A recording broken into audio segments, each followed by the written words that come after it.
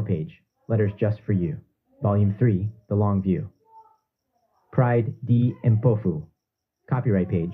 Copyright 2026 by Pride D. Mpofu, all rights reserved. No part of this book may be reproduced or transmitted in any form or by any means, electronic or mechanical, including photocopying, recording, or by any information storage and retrieval system, without permission in writing from the publisher. Some names and identifying details have been changed to protect the privacy of individuals. The stories are true. First edition 2026, printed in South Africa. Dedication, for Maya and Britney. You were the question I never knew I was asking. You are the answer I will spend my life earning. For the ones who taught me how to see. My mother, who smiled through fire. My father, who waited by the water. My brothers, who shared the mattress and the weight. Lynette, who bought the second jar without being asked. Samantha, who taught you to swim. Melvin, who named my wall. Elias, who taught me that the boxes are not ours. And for every seeker who has ever knelt in a strange place looking for home, this is yours. I was just the pen, epigraph. The tree I planted yesterday will never shade me, but someone will sit under it. That was always the point. From my father's fishing journal. A note on this volume, stage 1 was the inner world. The observer, the dashboard, the story you tell yourself. You learned to build the house. Stage 2 was the outer world. Mirrors and windows, the weight you carry, the people who stay. You learn to walk through the door. This stage is about what comes after you have built the house and walked through the door, after you have navigated the rooms and held the people, after you have done everything the world told you to do and still felt that something was missing. The stage is about the long view, not the view from the top of the mountain, the view from the place where you stop climbing and start seeing. It is about legacy, not the legacy of money or titles, the legacy of the mind, the stories you revise, the ancestors you heal, the tree you plant that you will never sit under. It is about the question that Volume 1 and Volume 2 could not answer because you were not ready to hear it. Who are you, really, when you stop looking for who you are? This volume does not give you a new set of tools. It shows you that the tools you already have are keys to a door you did not know existed. Read slowly. Read more than once. Write in the margins. Argue with me if you need to. These are not instructions. They are an invitation to wake up. Come sit by the water. Pride D. Mpofu, Johannesburg, 2026. Something to remember before you begin you have been seeking all your life. First for safety, then for love, then for meaning. This volume will not give you meaning. It will show you that you were never separate from it. The water is deep, the tree is old, the door was never locked. Let us walk. A letter from your sister. My love, before you read a single letter, I need to tell you how this volume came to be. I was stuck. Volume 2 was nearly finished, but the final chapters would not come. I knew Volume 3 had to be about something I had been avoiding. About religion, about the maps we inherit, about what happens when you stop looking for God in buildings and start finding him in your own skull. But I could not find the door. Every draft felt like a lecture. Every page felt like I was trying to prove something. Then I had a conversation with your sister Britney. I asked her about Go-Go. She was Catholic in a sense, I said. Britney nodded. Yes, but she always told me not to catch the Bible for every religion. Not to catch the Bible. That phrase stopped me, because that is what we do, isn't it? We catch things. We grab hold of maps and carry them around, using them to measure everyone else. Your grandmother knew better. She said, don't catch the book. Don't use it as a weapon or a cage. Let it be. I asked Britney, if someone asked you what you believe, in your own words, what would you say? Single letter, I need to tell you how this volume came to be. I was stuck. Volume 2 was nearly finished, but the final chapters would not come. I knew Volume 3 had to be about something I had been avoiding, about religion, about the maps we inherit, about what happens when you stop looking for God in buildings and start finding him in your own skull. But I could not find the door. Every draft felt like a lecture. Every page felt like I was trying to prove something. Then I had a conversation with your sister Britney. I asked her about Go-Go. She was Catholic, in a sense, I said. Britney nodded. Yes, but she always told me not to catch the Bible for every religion. Not to catch the Bible.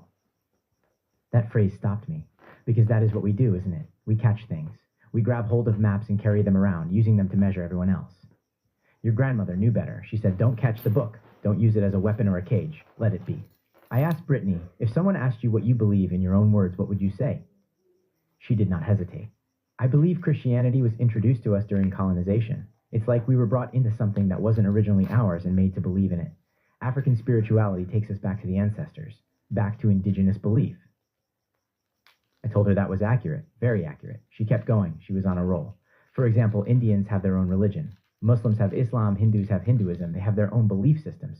So imagine if people from another country came and took over South Africa, and we had to adjust to their religion because they colonized us. We would end up believing what they believe. She was teaching me. Again, I asked her what African spirituality looks like, how it is different. We focus more on the roots. We don't really use the Bible or those kinds of codes. Gogo always told me not to catch the Bible for every religion. I asked her, African spirituality, how does that look? What do you mean? She thought for a moment. Then she said, African spirituality makes more sense for me. Not to me. For me. She touched the top of her head absent-mindedly, like she was feeling for something. I didn't ask, but I recognized the gesture. The crown does not need words. It knows when it is opening. I looked at her. I realized what was happening. She was not rejecting Christianity with anger. She was trying to find coherence. She was searching for alignment, not rebellion. She was asking the same questions I had asked for years, the same questions her grandmother had asked in her own way. You know what you just did, I said. She did not know. She was just thinking out loud. But I knew. She had just given me the door. She had shown me that the questions did not end with me, that awareness moves through people, that the cord of relatedness is not just backward, it is forward, that inheritance is no longer passive, the pattern is becoming conscious. I had been writing volume 3 about the long view, about legacy, about waking up to who you really are, but I did not have the doorway. She handed it to me. A daughter beginning to question inherited structures, a father realizing that she is now building her own map. That is why this volume exists, not because I have answers. The questions are still alive, because they move through us, from grandmother to mother to daughter, from father to child, from child to the ones who come after. You will hear echoes of this conversation in the letters that follow.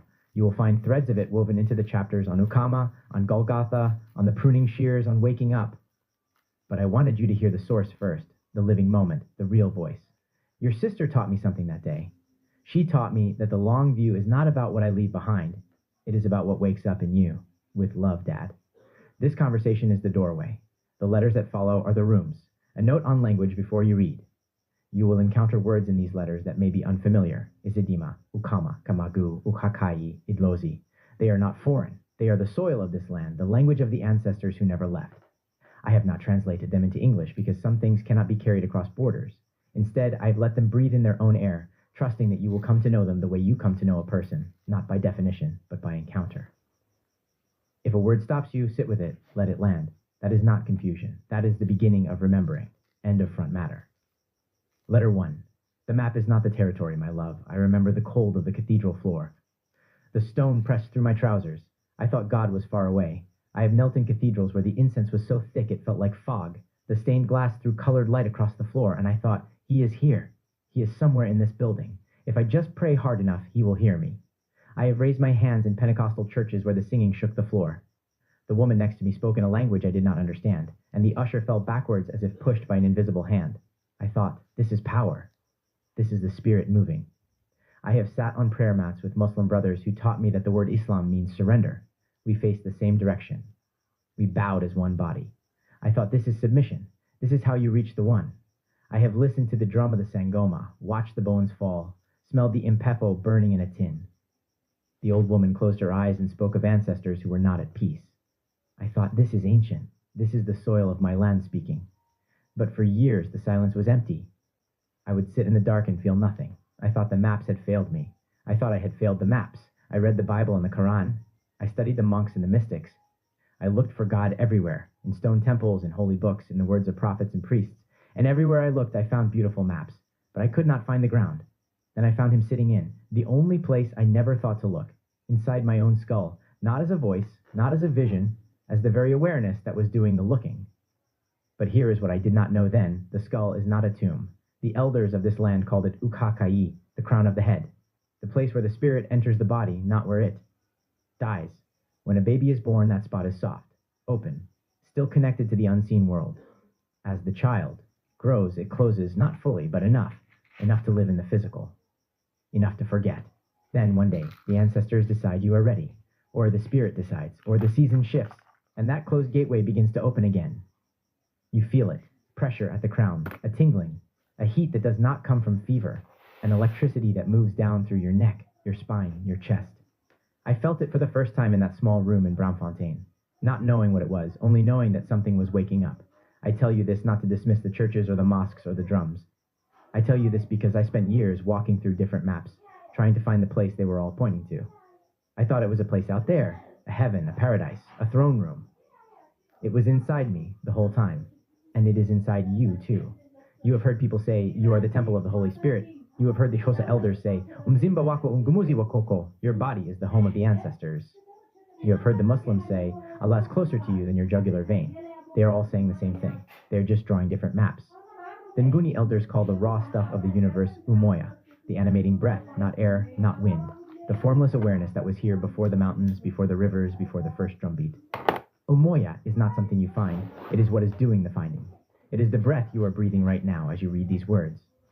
But before Umvelinkangi, the one who appeared first, there was uHlanga, the primordial reedbed, the cosmic swamp of unmanifested potential, not a place, not a thing, the formless ground where all stories are born and where all stories return to be revised. When you sit in the dark and feel nothing, no shape, no color, no location, you are touching uHlanga. That is not emptiness. That is the well before the first drawing.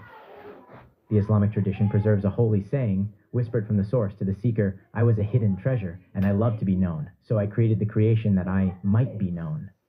That is uHlanga, my love, the infinite, unmanifested potential that yearned to see itself. You are not an accident. You are the treasure waking up. You breathe that breath. Not because you are special, because you are it. The money you want, the career you dream of, the peace you seek, they are not outside you, waiting to be found. They are already breathing, inside your own awareness. Umoya has no distance. It only has attention. When you understand this, you stop begging the universe for things. You stop begging God for things. You stop begging the ancestors for things. You start turning inward, feeling the breath that is already holding everything you desire, and stepping into its flow. The problem is not the maps.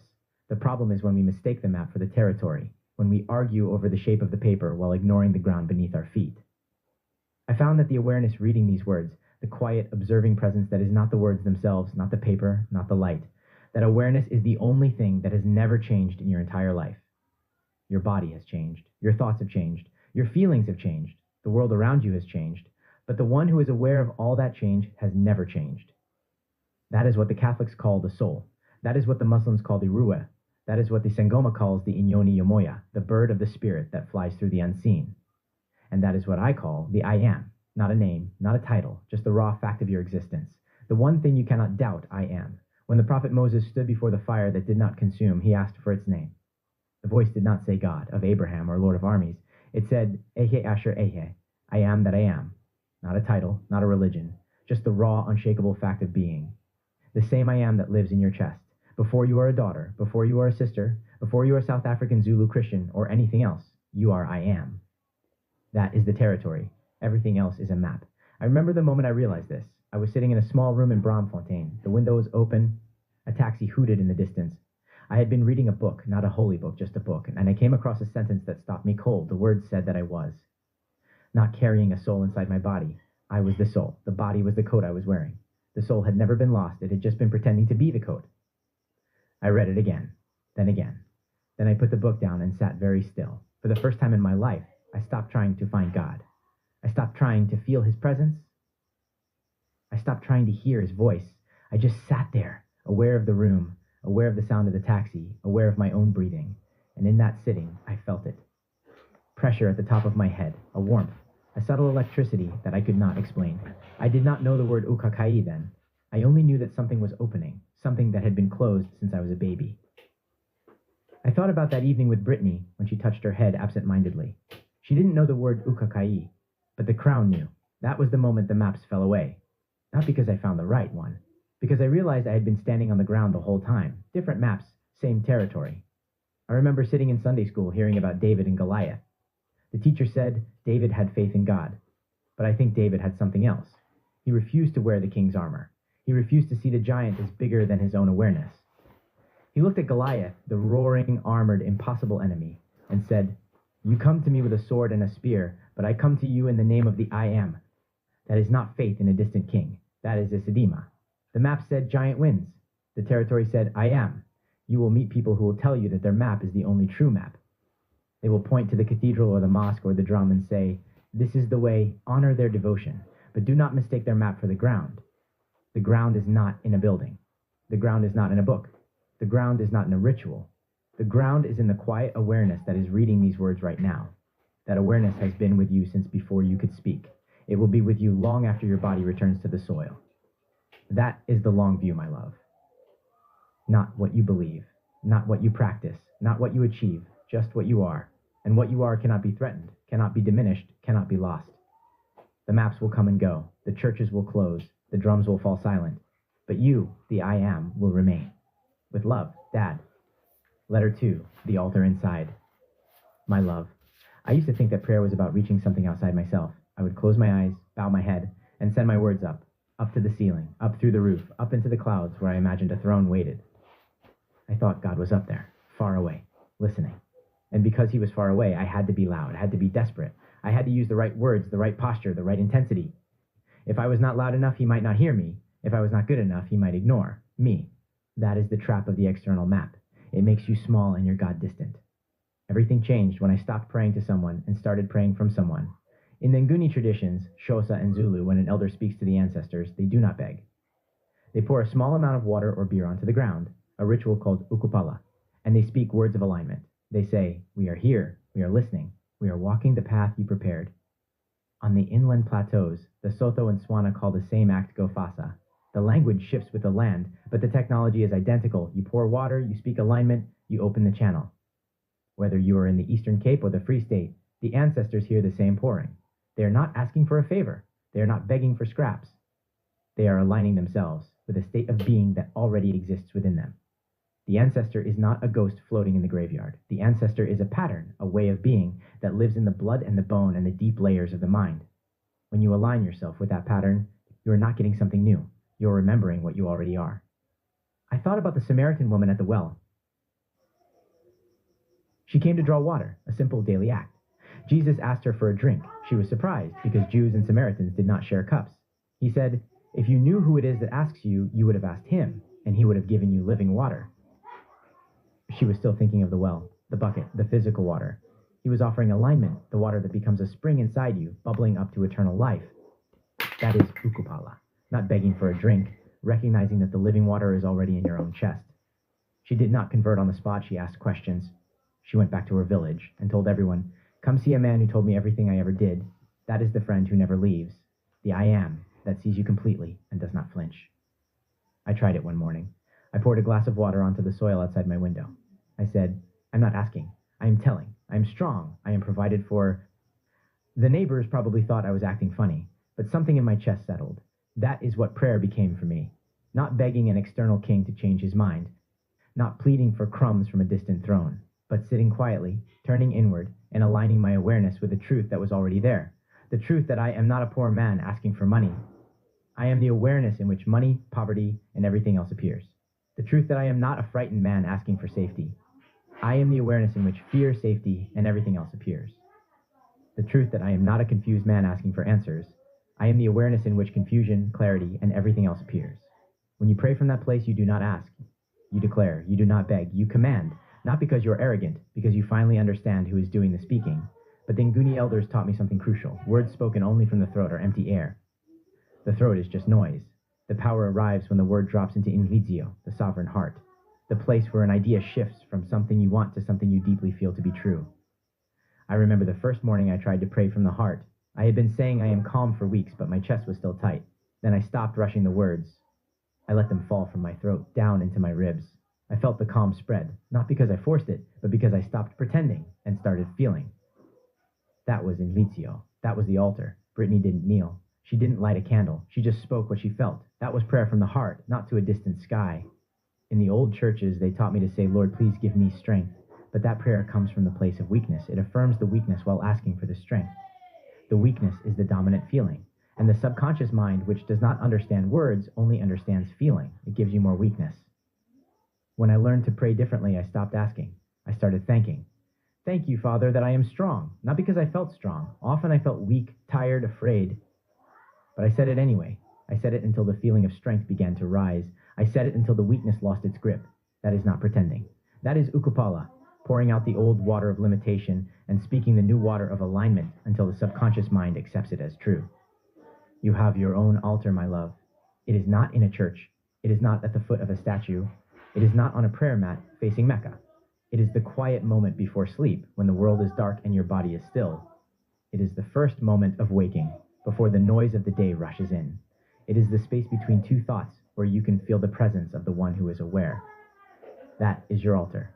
And the priest who stands at that altar is you, not the you that has a name and a history and a list of failures.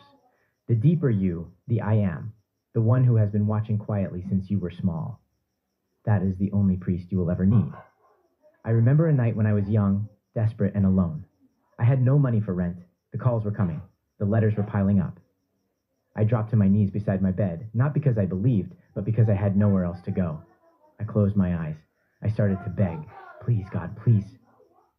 And then I stopped, because in the middle of the begging I heard a whisper, not a voice, but a knowing. You are not begging a king. You are the king, pretending to be a beggar. Stop the play. I did not understand then. I do now. The altar is inside you. The king is inside you. The kingdom is inside you. You do not need to travel to find it. You do not need to convert to find it. You do not need to master any complex technique to find it. You just need to sit still long enough to remember. When you sit in that silence, you are not making your mind empty. The Zulu call that state Ukuthula, not the absence of noise, but the dense, heavy settling of your soul after dropping its burdens. The dust after the storm is not light. It is heavy with rest. True silence is not a vacuum. It is the immense, unshakable weight of your divine awareness finally resting on the floor of reality. The altar is not a place you visit. It is the ground you never left. With love, Dad. Letter 3, the incarnation of you. My love, one of the deepest mysteries of the Catholic faith is the incarnation. The belief that God became flesh. That the infinite, uncreated, invisible source of all things took on human form and walked among us. As a boy, I took this literally. I imagined a bearded man in the sky sending a part of himself down to earth in the shape of a baby.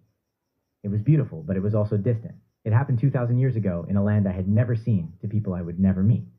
I did not realize that the incarnation was not a one-time event. It is happening right now. It is happening in you.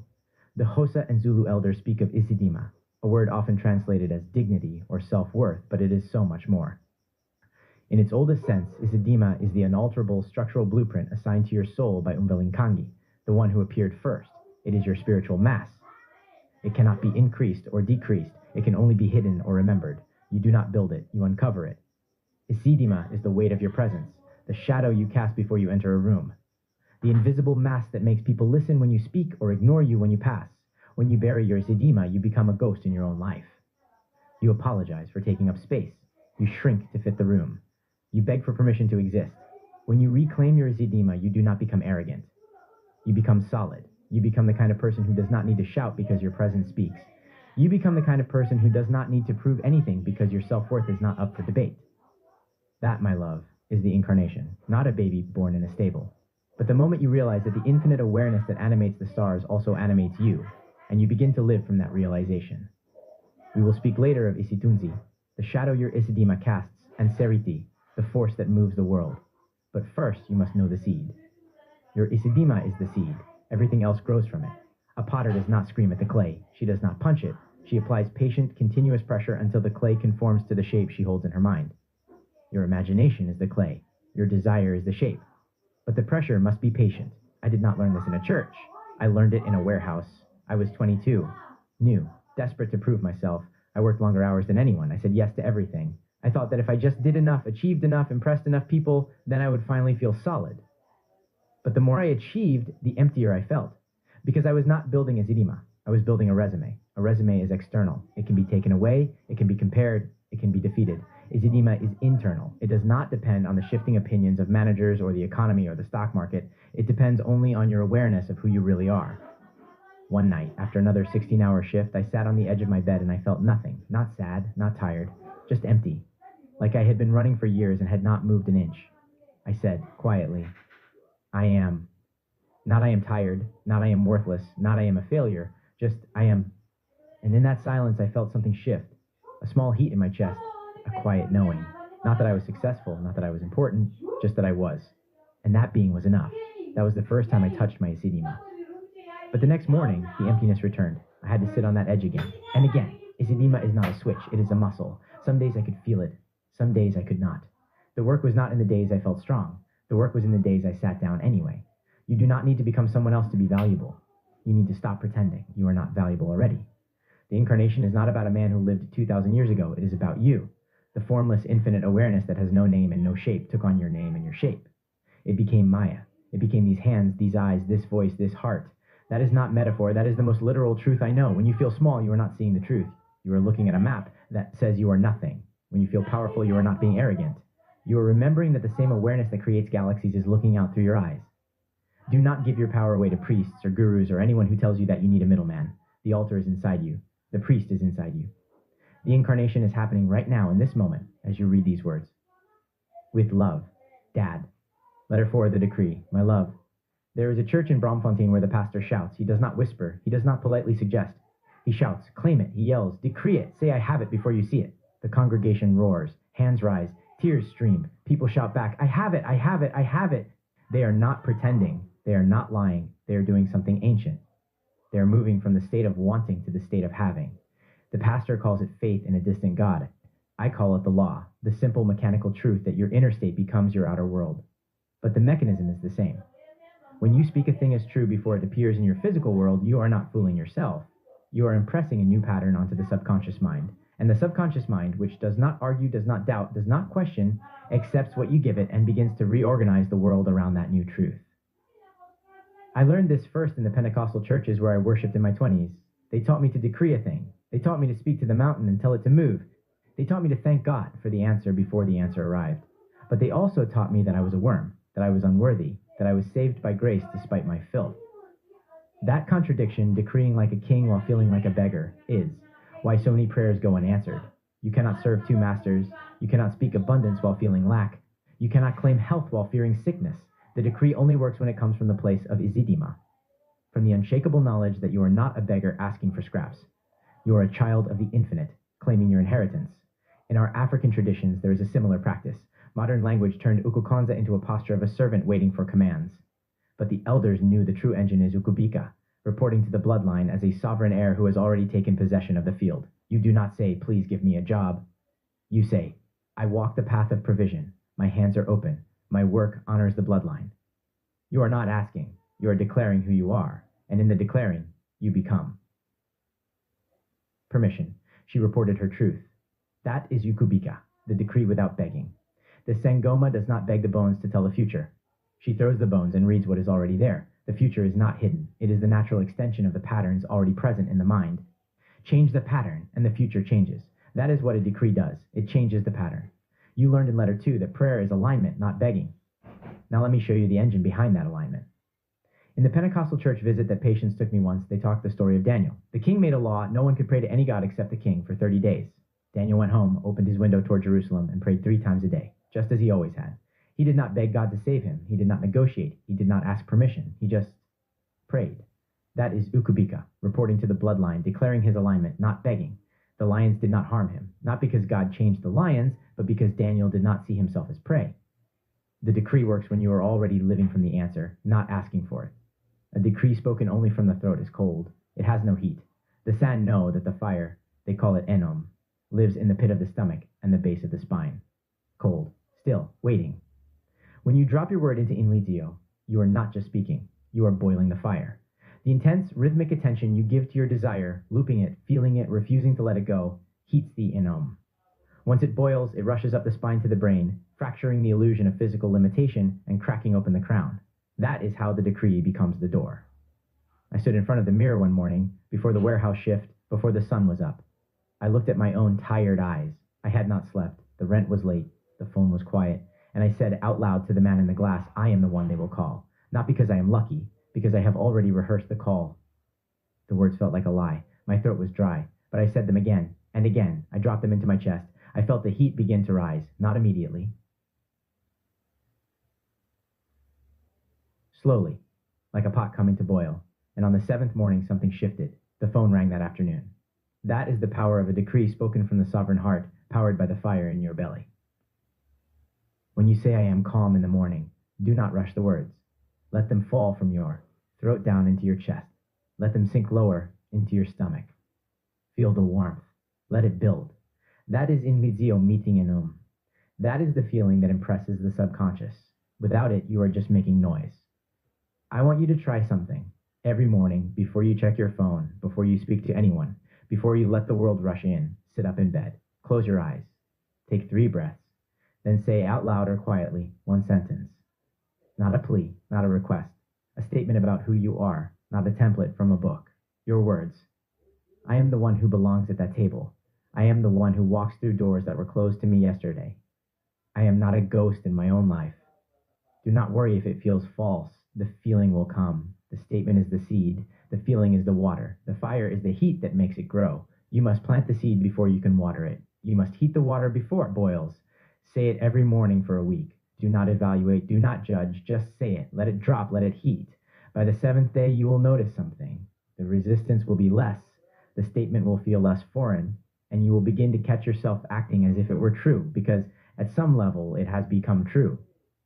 That is the power of the decree. Not magic, not superstition. Just the slow, patient work of reprogramming the subconscious with fire, the pastor shouted at the ceiling. I learned to whisper to my own chest. The whisper worked, and the fire in my belly made it true. With love. Dad. Letter 5, the surrender. My love. After COVID, when the lockdowns lifted and the world was still unsteady, I spent 7 months in Cave Town. I lived with a Muslim family. They were kind. They were disciplined. They prayed 5 times a day, facing Mecca, their foreheads touching the ground in complete surrender. The word Islam means surrender, not surrender to a tyrant, surrender to the One, the irreducible source of all existence. I learned to pray with them, not as a convert, as a student. I learned to stand in silence, to bow, to kneel, to press my forehead to the cool floor and say, Allahu Akbar, God is greater, greater than my fears, greater than my plans, greater than my understanding. At first, I did not understand. I thought surrender was weakness. I thought it meant giving up, giving in, letting life push you around. But the more I prayed, the more I realized surrender is not passivity. It is the most active thing you can do, because you are not surrendering to an external king. You are surrendering your anxious, planning, controlling ego to the deeper wisdom of the I am. You are saying, I do not know how this will happen, but I trust that it will. That is the rest that comes after the work is done. In our Xhosa tradition, they have a word for this moment of surrender, kamagu. It is spoken at the end of a ritual. It means it is finished. The channel is open. The alignment is complete. Kamagu is not a request. It is not a hopeful wish. It is an absolute stamp of spiritual finality. The elder does not say, I hope the ancestors are pleased. She says, kamagu, and the matter is settled. When you speak kamagu, you are not asking for permission. You are declaring that the work of inner alignment is done. You're stepping out of the anxiety of wanting and into the peace of having. The hardest part of surrender is that it feels like giving up. But giving up the fight is the only way to win the war. You cannot force the river to flow faster. You can only stop trying to paddle upstream. Jesus knelt in a garden called Gethsemane. He knew what was coming. He said, Father, if you are willing, take this cup from me. That is the human part, the part that does not want to suffer. But then he said, not my will, but yours be done. That is kamagu, not the absence of fear, the surrender after the fear. He stopped fighting the how, he let go, and then he walked into the betrayal, the trial, the nails, not as a victim, but as a sovereign who had already said, it is finished.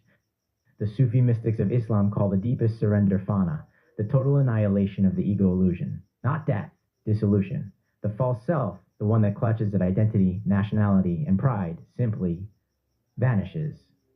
What remains is baka, abiding in the divine.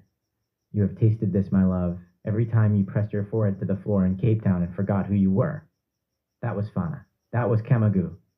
The hardest part of surrender is that it feels like giving up. But giving up the fight is the only way to win the war.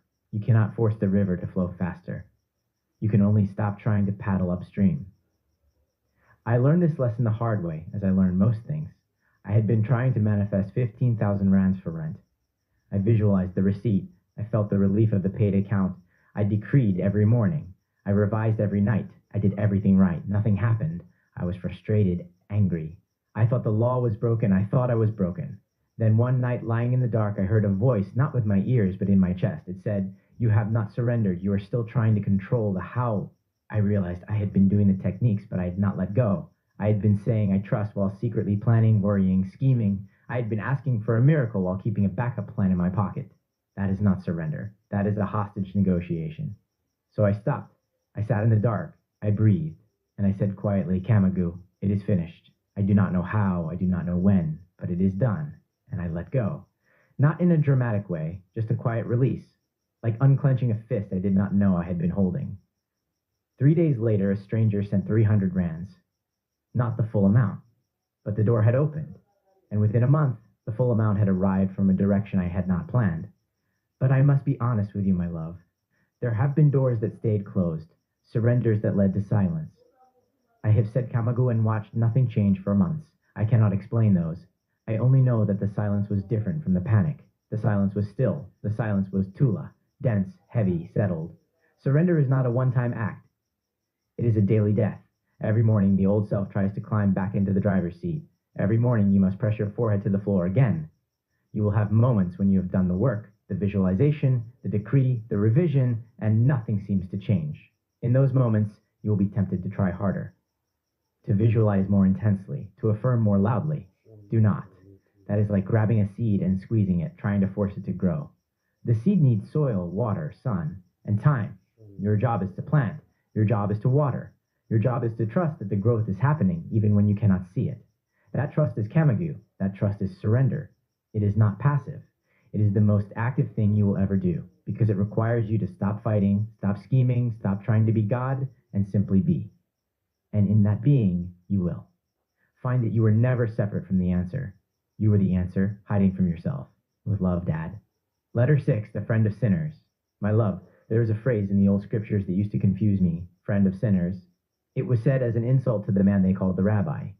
He ate with tax collectors, spoke to prostitutes, touched the sick, and forgave the ones who had been cast out. The religious leaders were offended. They thought holiness meant separation, staying clean, staying pure, staying away from the messy, broken, shameful ones. But the rabbi understood something they did not.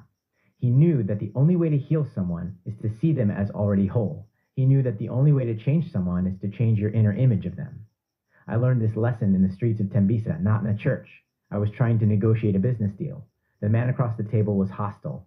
He had the power to say no, and he enjoyed it. He was loud, condescending, certain of his authority. His name was Mr. Nkosi. He wore a suit that cost more than my car. His office had a view of the highway, and he made sure I noticed it.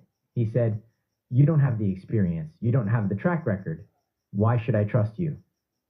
My first instinct was to fight, to argue, to list my achievements, to prove him wrong.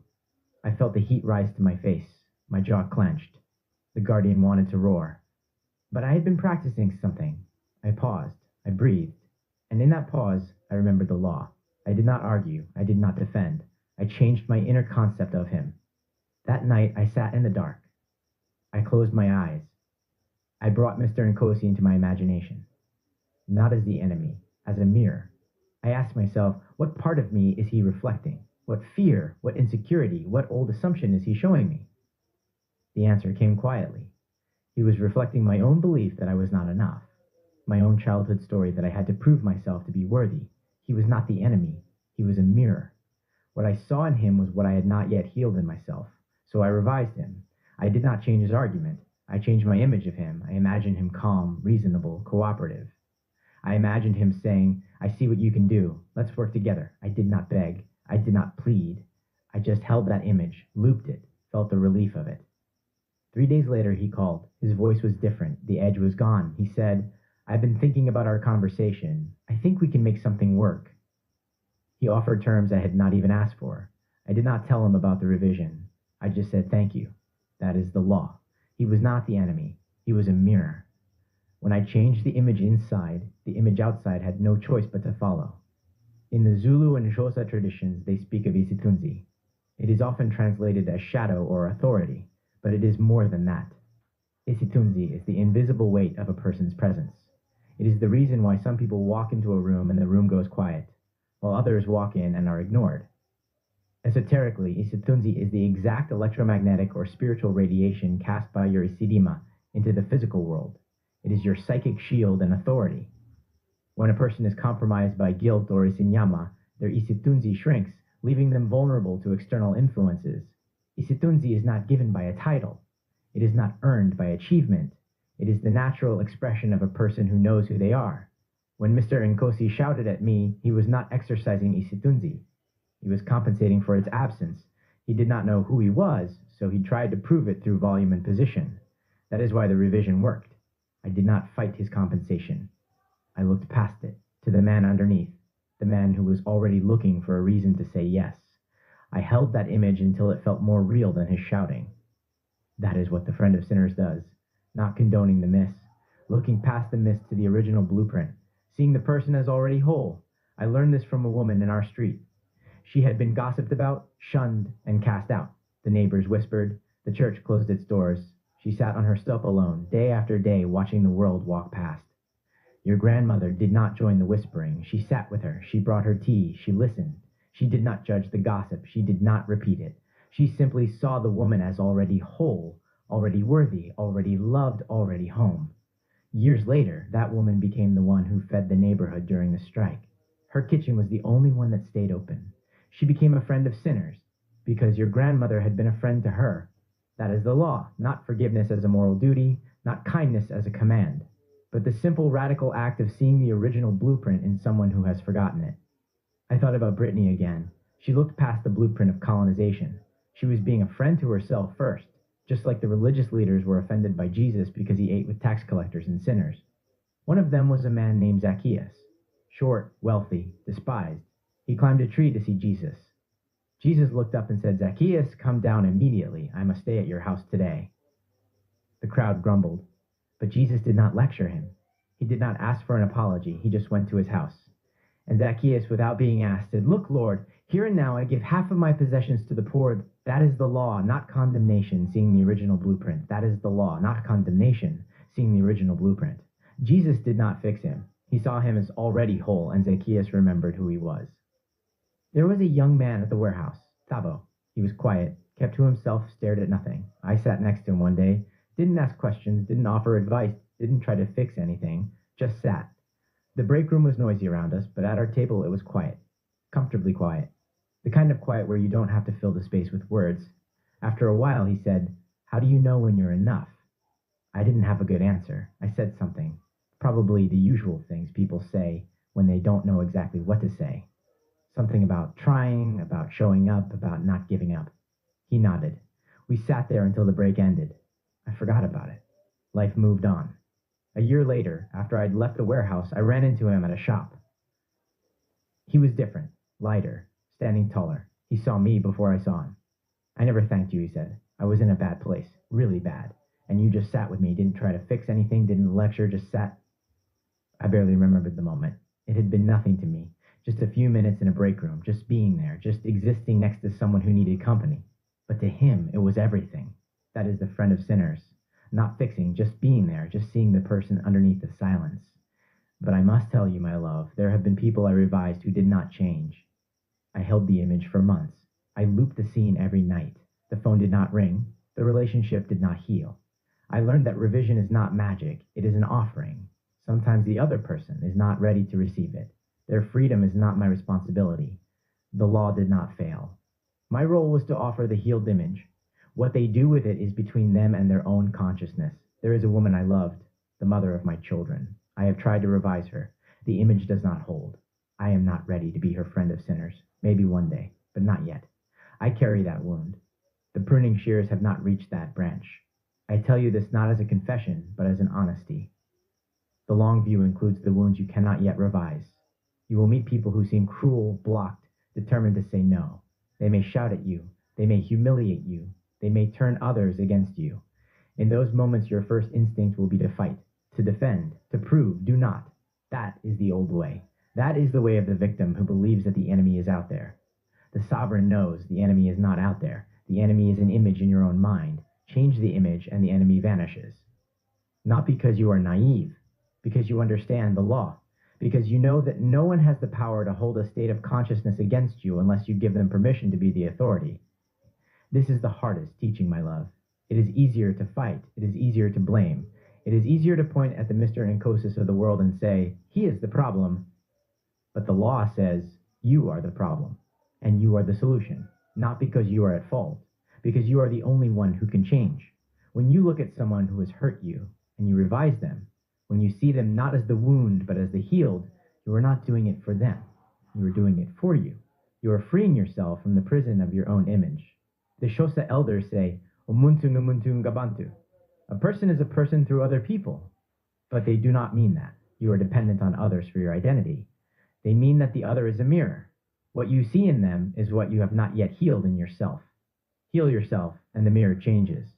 The friend of sinners does not pretend the wound did not happen. She does not deny the betrayal.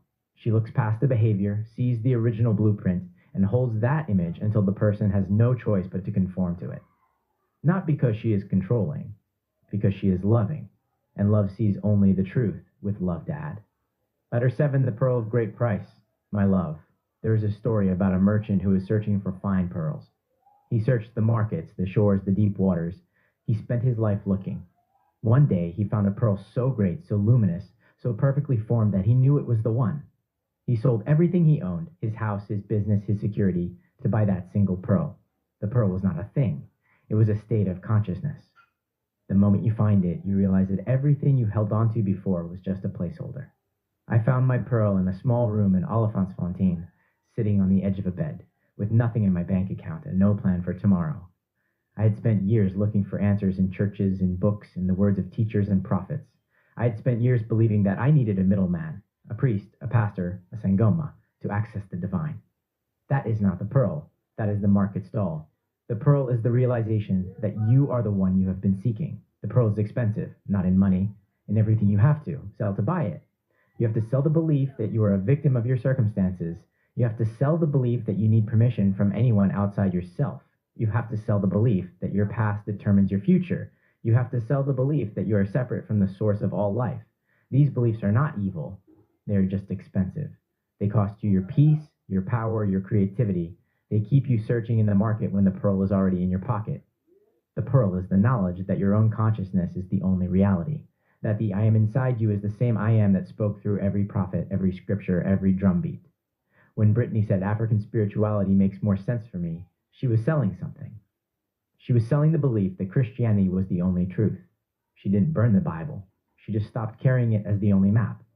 When you know that, you stop looking for answers outside yourself. You stop begging. You stop blaming. You stop waiting for permission. You simply are. And in that being, you create. But here is the thing no one tells you about the pearl. There is a night somewhere on the journey when the price feels too high. I remember that night. I had been sitting in the silence for months. I had revised my past. I had decreed my future. I had rested in the Sabbath, and nothing moved. The door stayed closed. The phone did not ring. The money did not come. I sat in the dark, and the voice came, not the voice of the I am, but the old voice, the one I thought I had buried. You are a fool. This is not real. You have wasted years of your life. You are not the pearl. You are the merchant who spent everything on a rock. I wanted to get up. I wanted to go back to the old life, the safe life, the predictable life, the life where I did not have to believe in anything. I wanted to put the pearl back on the shelf. But I did not move. I sat in the dark. I did not fight the voice. I let it speak. I let it scream. And when it was done, I said quietly, I am still here. That was the pearl, not the victory, not the manifestation, not the door opening. The refusal to leave the table. The Shona word Kuzvipira means unconditional devotion. It is the act of burning the bridges behind you. When a warrior goes to battle, he does not leave a path open for retreat. That path would split his mind. Half of him would stay behind, watching the exit, never fully committing to the fight. Buying the pearl of great price requires Kuzvipira. You must commit so thoroughly to the feeling of your wish fulfilled that you completely kill off the old identity. You do not try out a new mindset for a weekend. You surrender your entire life to it. You burn the bridge to the person who is poor, sick, lonely, or afraid. That person is dead. You are the new one, and there is no road back. This is the hardest teaching. It is also the most freeing. Half-hearted manifestation never works because the mind is divided. Kuzvipira is the blade that cuts the division. The Zulu word Isithunzi means the shadow you cast before you enter a room. Not the shadow of your body, the shadow of your presence, your authority, your weight. When you have bought the pearl, when you know beyond any doubt that you are the awareness in which all things appear, your Isithunzi expands naturally. It does not need to be manufactured. It radiates from the Isidima you have remembered. Corporate gatekeepers do not respond to your resume. They respond to your Isithunzi. If your internal concept is small, your shadow is thin, and the world will ignore you. If you assume your sovereignty in secret, if you sit in the dark and claim the full weight of your I am, then Isithunzi will compel their obedience. You will not need to ask for permission. You will be the permission. I remember a meeting in Santon, marble floors, glass tables, a man with a title that required 3 lines on his business card. He had the power to say yes or no. I had nothing but a folder and a quiet hope. He scanned my proposal. He frowned. He said, "This is not what we are looking for." The old me would have argued, would have begged, would have offered to redo the work for free. But I had bought the pearl. I sat quietly. I did not defend. I did not explain. I simply held my Isithunzi, the unshakable knowledge that I was not asking for a favor. I was offering a gift. He could accept it or not. His refusal would not thin my shadow. He looked up at me. He looked down at the proposal. He said, "Let me keep this. I'll have my team review it." 2 weeks later, the contract arrived. Not because I convinced him, because I stopped needing his approval. That is the pearl, not the contract. The freedom from needing the contract. There is one belief I have not sold. The belief that I could have been different in that relationship, the one with the mother of my children. That belief still costs me. The pearl is expensive. I am still paying. I tell you this because I do not want you to think that buying the pearl means you stop being human. It does not. It means you stop pretending you are only human. The wound remains. The difference is that you know the wound is not who you are. You will have your own night when the price feels too high, when the voice screams that you are a fool, when the old self claws at the door begging to be let back in. Do not open the door. Sit in the dark. Let the voice scream. And when it is done, say quietly, "I am still here." That is the pearl. That is the moment you buy it, not when you get the thing, when you refuse to leave the table. With love, Dad. Letter 8, the pruning shears. My love, there is a tool that gardeners use called pruning shears. It is not for tearing or ripping. It is for cutting away the dead branches so the living ones can grow. The gardener does not hate the dead branch. She simply knows that it is using energy that could go to new growth. She cuts it, and the tree thanks her for it. You have dead branches in your memory, old wounds, old failures, old stories that you replay like a broken record. They are not serving you. They are using up the energy that could be going to your future. You cannot change the past by wishing it away, but you can revise it. You can take the pruning shears of your imagination and cut away the dead growth. In the Xhosa and Zulu traditions, there is a ritual for this. They call it ukulungisa, the act of making right, of repairing, of setting straight. When there is a wrong in the family, a theft, a betrayal, a rift, the elders do not simply apologize. They perform a ceremony to revise the spiritual record. They pour water, they speak words, they call the names of the ancestors. They are not trying to change what happened. They are changing the meaning of what happened. They are cutting the dead branch so the family can grow again. You do not need a ceremony to do this. You need a quiet room and a willing imagination. The branch Britney pruned was the one she didn't choose. She didn't burn the tree. She cut what was not hers to carry. At the end of each day, before you sleep, take a few minutes to review the day. Not to judge yourself, to revise. I remember the first night I tried revision. I had been shouted at by a client. His voice was sharp. His words were unfair. I replayed the scene in my mind. I changed his voice to calm. I changed his words to respect. I felt the relief of that imaginary conversation. I fell asleep smiling. The next day, he called to apologize. I did not tell him about the revision. I just said, "Thank you. Someone was harsh with you? Revise it. See them speaking kindly. Feel the relief of that kindness. You made a mistake? Revise it. See yourself handling the situation with grace. Feel the satisfaction of competence. You felt afraid? Revise it. See yourself calm and confident. Feel the ease of that confidence. This is not lying to yourself. This is pruning.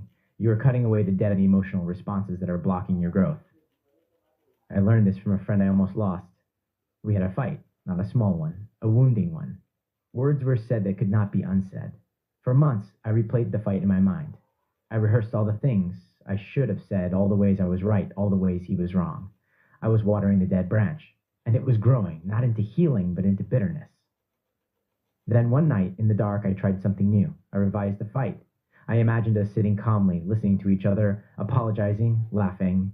I felt the relief of that imaginary resolution. His voice on the phone had been cold. I did not fight it. I had already revised the scene so many times in my imagination that the coldness felt like an echo, not the truth. I did not do this to change him. I did it to change me. The next day I called him. He was cold at first, but I was not the same person who had been replaying the fight. The bitterness was gone. The need to be right was gone. He felt it. We talked. We healed. Not because I changed the past, because I changed the emotional residue of the past that was living in me.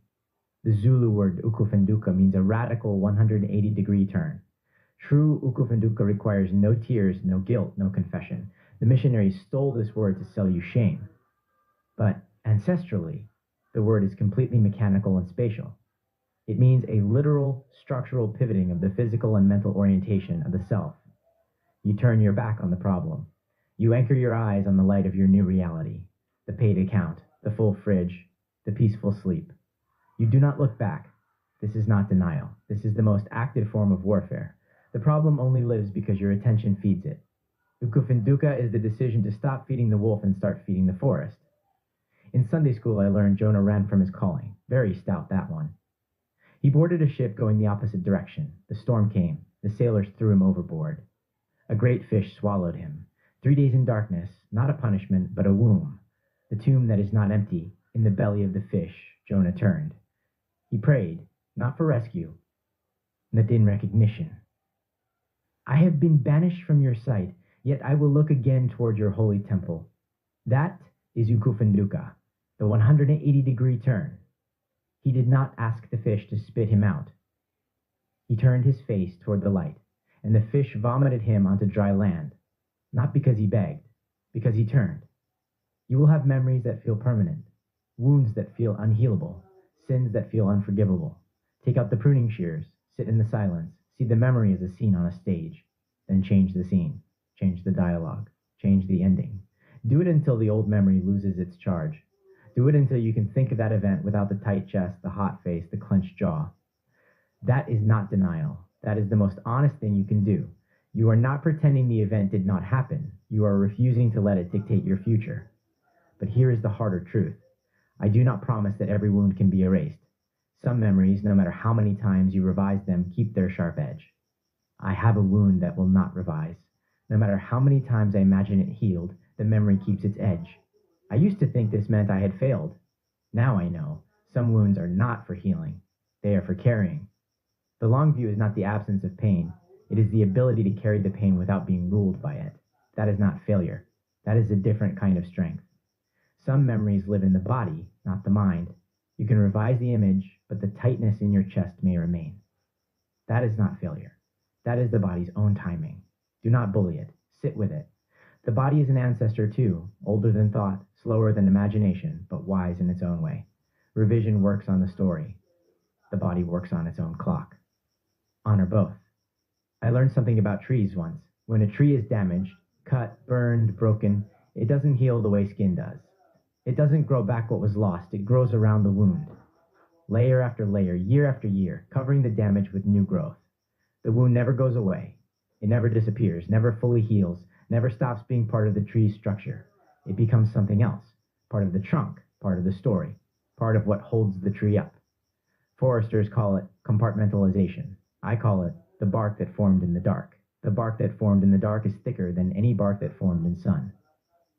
The wood around the wound is harder than the wood that never broke. The places we've been broken become the places we're strongest. That's you, my love. That's all of us who kept going. Covered, not gone, growing anyway. I have a wound like that, the mother of my children. I have tried to revise her. The image does not hold. Some nights I sit in the dark and the old pain rises like a tide that will not recede. I have not yet found the pruning shears that cut this branch. Maybe I never will.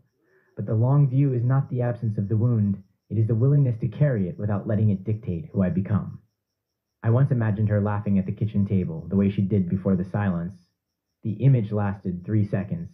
I tried again the next night, 4 seconds.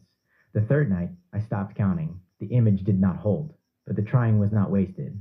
The trying became the seed. Your grandmother carried a wound from her childhood. She never spoke of it, but I saw it in the way she flinched at loud voices, in the way she worked too hard, in the way she never learned to rest. I used to think that wound was hers to carry. Now I know it was mine to revise. I sat in the dark and I imagined her as a young girl, not afraid, not burdened. I imagined her playing, laughing, free. I held that image until I felt the peace of it. I did not change her past, but I changed my inheritance of it. That is the gift of revision. You cannot change what happened to your grandmother, but you can change what you carry from her. You can prune the dead branch so that your own growth is not choked. You are not just revising your own life.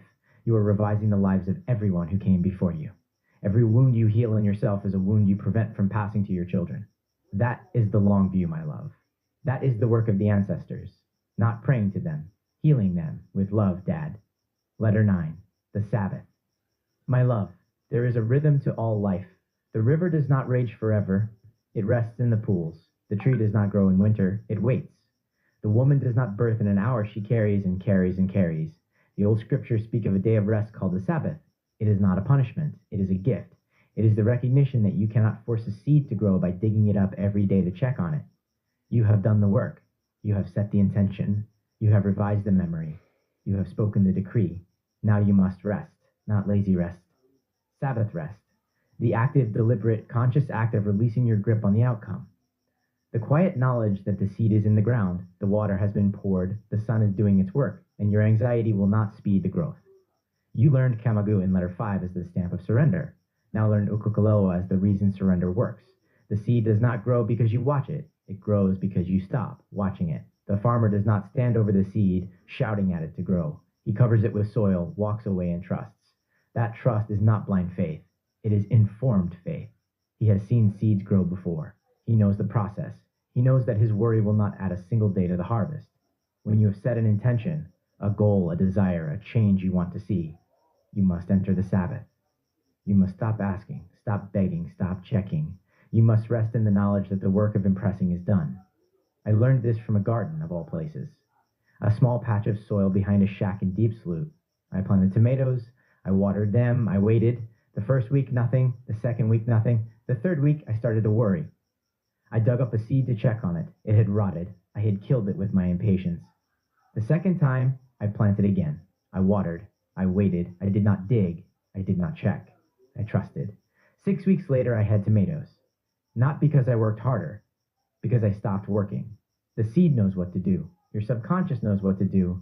The universe knows what to do. Your job is to plant, to water, and then to rest. My father taught me this lesson in a different way. He took me to the fields near my grandmother's house. Not to work, to walk. That's what he did sometimes. Walk the land, looking at nothing, looking at everything. Halfway through the walk, he stopped at an old, gnarled tree, half dead in some places, green in others. The kind of tree that's been there longer than anyone remembers, that will be there longer than anyone left.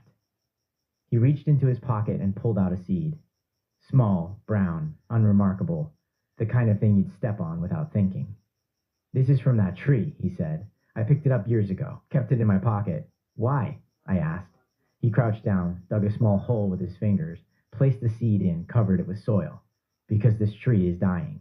But that seed has been in my pocket for 3 years, and now I'm planting it where it came from.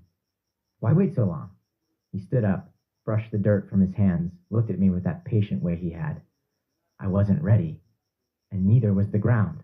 Sometimes the seed has to wait. But the waiting isn't empty. It's just waiting. That is the Sabbath too, not just a day of rest. The patience to carry a seed for 3 years until the ground is ready. But there were seeds that never grew. I planted, watered, waited. Nothing came. I do not know why. The soil was poor, the season was wrong, or I was not ready. The long view includes the seeds that stay in the ground. You do not curse the soil. You plant again. The Zulu word Ukuthula means pregnancy, the sacred gestation. When a woman is pregnant, she does not constantly dig into her womb to check if the baby is growing. She rests in absolute faith that nature knows exactly what to do in the dark. Your impressed desires are pregnant seeds. You have planted them in the soil of your subconscious. Now you must trust the gestation. You do not need to see physical evidence on Monday morning to know that the mind is actively forming your harvest. Ukuthula is the law of the Sabbath rest, the quiet, patient certainty that the seed is growing, even when the field looks empty. Do not dig up the seed. Do not panic. Do not force the womb. Rest in the dark, and trust that the darkness knows what to do. You will be tempted to break the Sabbath. You will want to check, to worry, to try harder. That is the ego, terrified of losing control. The ego wants to be the gardener, the sun, the rain, the seed, and the harvest all at once. The ego is a bad farmer. The farmer who digs up his seed kills it. The farmer who walks away trusts. That trust is the hardest work of all. The world will tell you to grind, to never rest. That is the voice of the slave. The sovereign rests in the knowing that the seed grows without her anxiety. The world measures success by output. The sovereign measures by rest, not laziness, trust. The Sabbath is not a luxury, it is a necessity. Without it, you burn out. Without it, you dig up the seeds. Without it, you exhaust yourself trying to do what only time can do. When you have done your inner work, when you have revised, decreed, imagined, stop. Turn your attention to something else. Laugh, play, serve, love. The growth is happening. You do not need to supervise it. Your grandfather was a fisherman. He would cast his line and then sit. He did not pull the line every minute to check if a fish had bitten. He knew that the fish would come or they would not. His anxiety would not summon them. He taught me this Sabbath before I had a name for it. He would sit by the water, rod in hand, coffee with whiskey steaming beside him, and he would wait, not impatiently, not anxiously, just present, trusting. The fish came, not because he willed them, because he created the conditions and then got out of the way. When you are anxious about a desire, ask yourself, have I done the inner work? Have I planted the seed? Have I watered it with feeling? If yes, then rest. If no, then do the work, and then rest. The Sabbath is not the absence of work. It is the completion of work. It is the quiet satisfaction of knowing that you have done what you can, and the rest is not your business. The Sabbath is not a day of the week. It is a state of mind. It is the silence after the decree. It is the smile of the farmer who knows that the seed is growing, even though he cannot see it. Rest in that knowing, my love. The harvest is coming. But if you dig up the seed, do not blame the seed. Blame the hands that could not wait. Letter 10, the law and beyond. My love. There is a distinction that took me years to understand. It is the difference between using your mind to get things and waking up to who you really are. Most of what I have taught you so far has been about getting things, getting clarity, getting peace, getting doors to open, getting relationships to heal, getting money to flow. That is the law. It is real. It works. It is not shallow or greedy to want a good life. The law is the mechanism by which consciousness expresses itself. But there is something beyond the law, something that makes the law look like kindergarten. I call it waking up. Waking up is not about getting anything. It's about realizing that you are the one who is getting, and that you are never separate from the giver. Waking up is the end of the dream of separation. It is the knowledge that you are not a drop in the ocean. You are the entire ocean in a drop. David saw the giant as a shadow. Daniel saw the lions as himself. That is waking up, the collapse of scale and separation. The law gives you things. Waking up gives you everything by showing you that you already had it. I spent years using the law. I manifested jobs, money, relationships, healing. It worked. It works. The law is real. But every time I got what I wanted, the satisfaction faded. The hunger returned. The next desire rose. The wheel kept turning. The law is not a trap. It is a school. It teaches you that you are the cause, not the effect. It teaches you that your consciousness is the only reality. It teaches you that the world is a mirror, not a master. But the law cannot teach you the final lesson. The final lesson is not about getting. It is about being. The final lesson is that you are not the one who manifests. You are the awareness in which manifestation appears. You are not the dreamer who controls the dream. You are the dreamer who is the dream. That is waking up. Britney woke up to something. She saw that the religion she was born into was inherited, not chosen. That was the first step of waking, not rejecting, seeing. I remember the year the law seemed to stop working. I had been practicing for years. I could manifest small things easily, a parking spot, a conversation, a small sum of money, but the big things would not move. The door stayed closed, the phone did not ring, the money did not come. I revised, I decreed, I rested. Nothing changed. I was angry. I thought I had broken the law. I thought I had missed some secret instruction. I read more books. I listened to more teachers. I tried harder. Nothing. One night, I sat in the dark, not to practice, not to manifest, not to do anything. I sat because I had nowhere else to go. I was too tired to try anymore. I said out loud, I don't care anymore. Not because I don't want it, because I am tired of pretending I'm not already whole. The relief came before the result. That relief was waking up. Not the door opening, the freedom from needing the door to open. Not the money arriving, the peace that did not depend on money. Not the relationship healing, the knowledge that I was already loved, already held, already home. Let me be clear. Waking up is not a reward for mastering the law. I used the law for years before I woke up, but I have met people who never studied any technique, never revised a single memory, who woke up in a moment of grace. Waking up is not earned, it is given. But the law prepared me to recognize it when it came. The law gives you things. Waking up gives you everything, by showing you that you already had it. In the Zulu tradition, they speak of Umvelinkangi, the one who emerged first, the one who appeared before everything, not a grandfather in the sky. the primordial source that stepped out of the cosmic reeds before any thought, identity, nation, or limitation existed. When you sit in the silence and feel the awareness that has no shape, no color, no name, that is Umvelinkangi. Not a distant ancestor, the ground of your own being. The I am before I am Maya, before I am South African, before I am afraid. The raw, unconditioned awareness that has been watching quietly since before you could speak. But before Umvelinkangi there was uHlanga, the reed bed, the cosmic swamp, the place where even the one who appeared first emerged from. That is where you go when. You stop seeking, not into nothing, but into the formless well where all stories are born and revised. That is waking up, not a destination. A remembering. I remember the moment I woke up, not a dramatic vision, not a voice from the sky, just a quiet Saturday afternoon, sitting on the edge of the bed, doing nothing.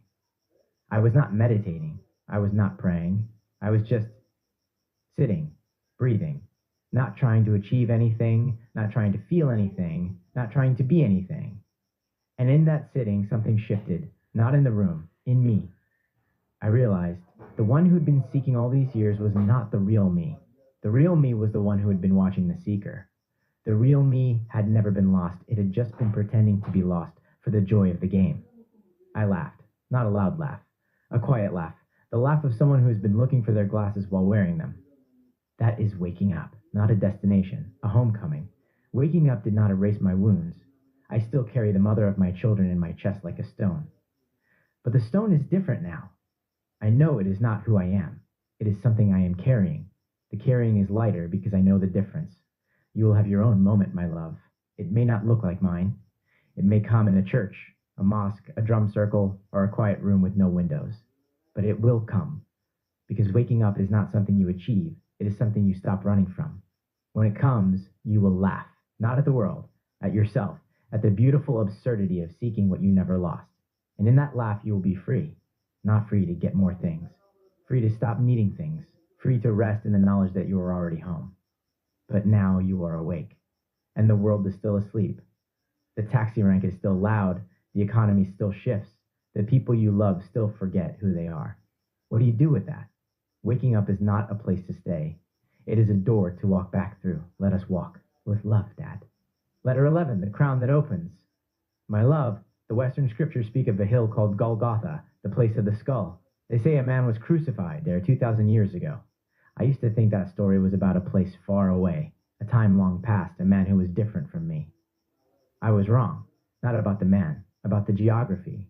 Golgotha is not a hill in Israel. It is the place inside your own head where the old self dies. The crucifixion is not a historical event. It is the moment you stop identifying with the limited, fearful, grasping self and wake up to the one who has been watching all along. But the elders of this land knew a different geography.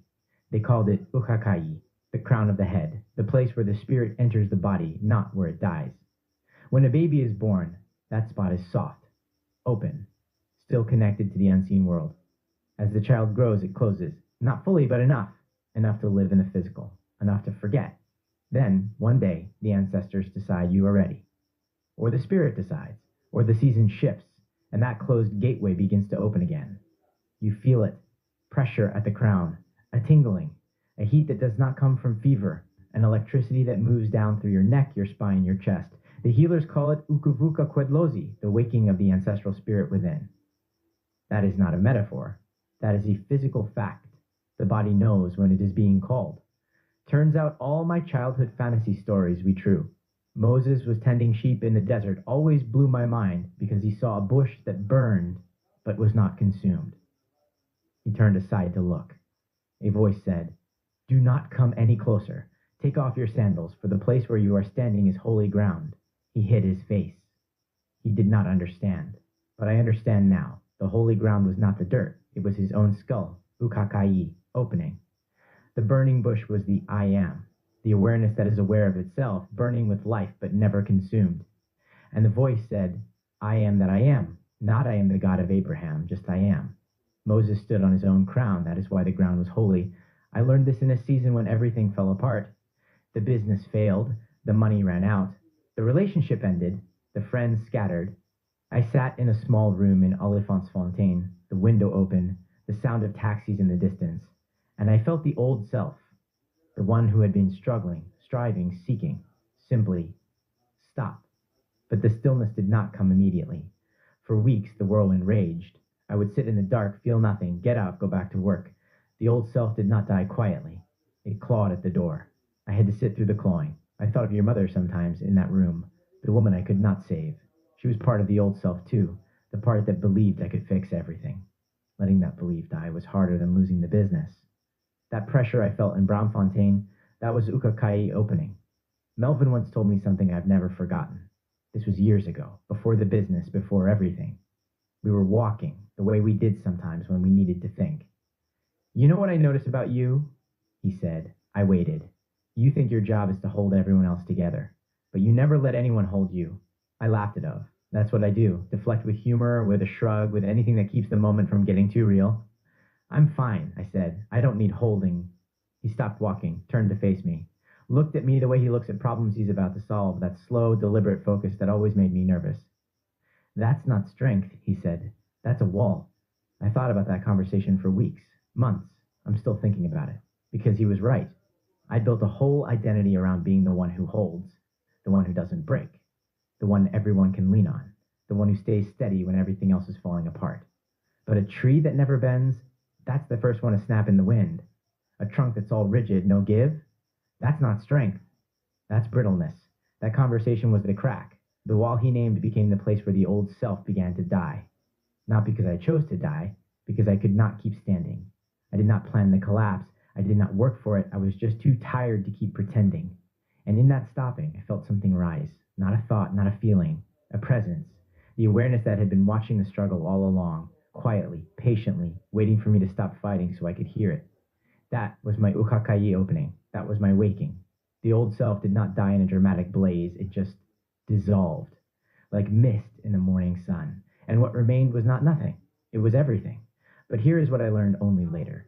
The word for this collapse in our traditions is not breakdown or failure. It is Ukuthwasa. The word thwasa is cosmic. It describes Ukuthwasa Kwenyanga, the precise moment the new moon crescent emerges from absolute three-day darkness. It also describes Ukuthwasa Kwezinto, the violent, irrepressible breaking of spring through winter frost. When your old identity collapses and you sit in empty darkness, you are not failing. You are experiencing the dark phase of the moon. You are in the essential gestation of Ukuthwasa. The collapse is simply the mechanical requirement before the crescent of your new self must emerge. In the Venda tradition, they speak of a presence called Ralovimba. He is not a man. He is not a statue. He is the unapproachable, the incomprehensible, the one who lives in the thunder and the lightning and the fire of the stars. They say that Ralovimba is the eagle that flies so high into the burning light of the sun that it completely disappears from human sight, yet its vision remains so sharp it sees every grain of movement on the earth below. When you sit in the silence and feel the presence of the one who is watching, not the thoughts, not the feelings, not the body, but the watcher, you are touching Ralovimba. You are standing on Ukhakhayi. You are the eagle nested high above the storm of your thoughts, unthreatened by the lightning, watching your life with absolute unblinking clarity. The old self, the self that thinks it is a body, a name, a history, a collection of failures and fears, that self must die on that hill, not violently, not tragically, just released, let go. And in that release, you discover that you were never the one on the cross. You were the one watching from the silence. The crown does not need words. It knows when it is opening. You do not need to force it. You only need to stop blocking it. But the death of the old self is rarely gentle. In the Xhosa and Zulu traditions, they call the chaos that comes before healing Ukuthwasa. It is the calling to become a healer, but it does not begin with power. It begins with collapse. The person who is called suffers, they fall apart, their body aches, their mind races, the world turns against them, they lose jobs, relationships, sleep. The elders look at this suffering and do not call it punishment. They call it the break before the reset.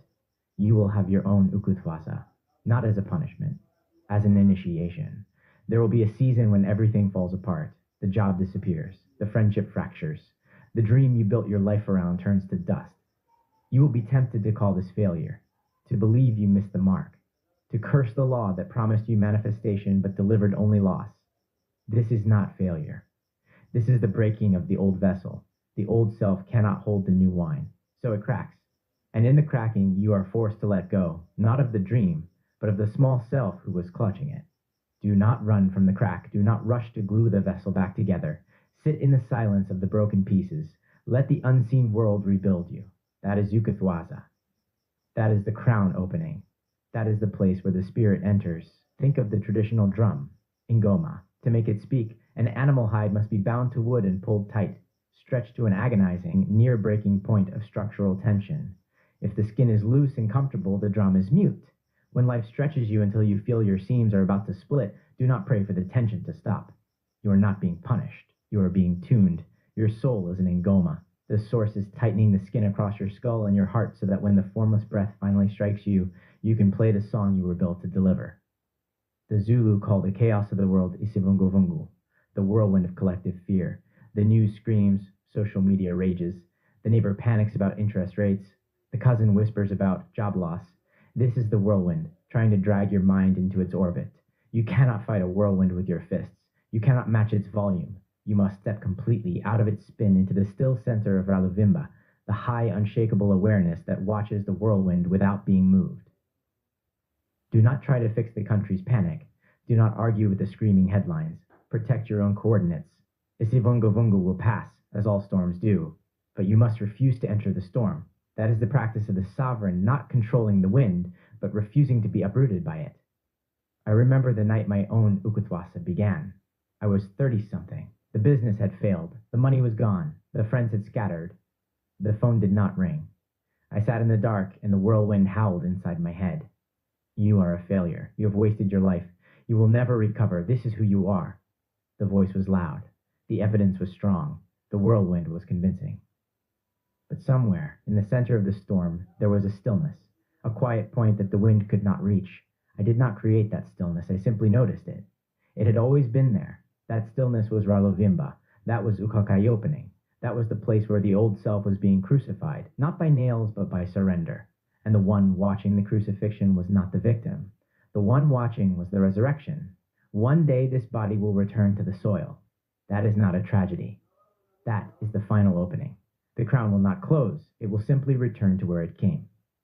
You have your own crown, my love. It is the moment when you stop trying to be the person you think you should be, and simply allow yourself to be the one you already are. It may come as a crisis.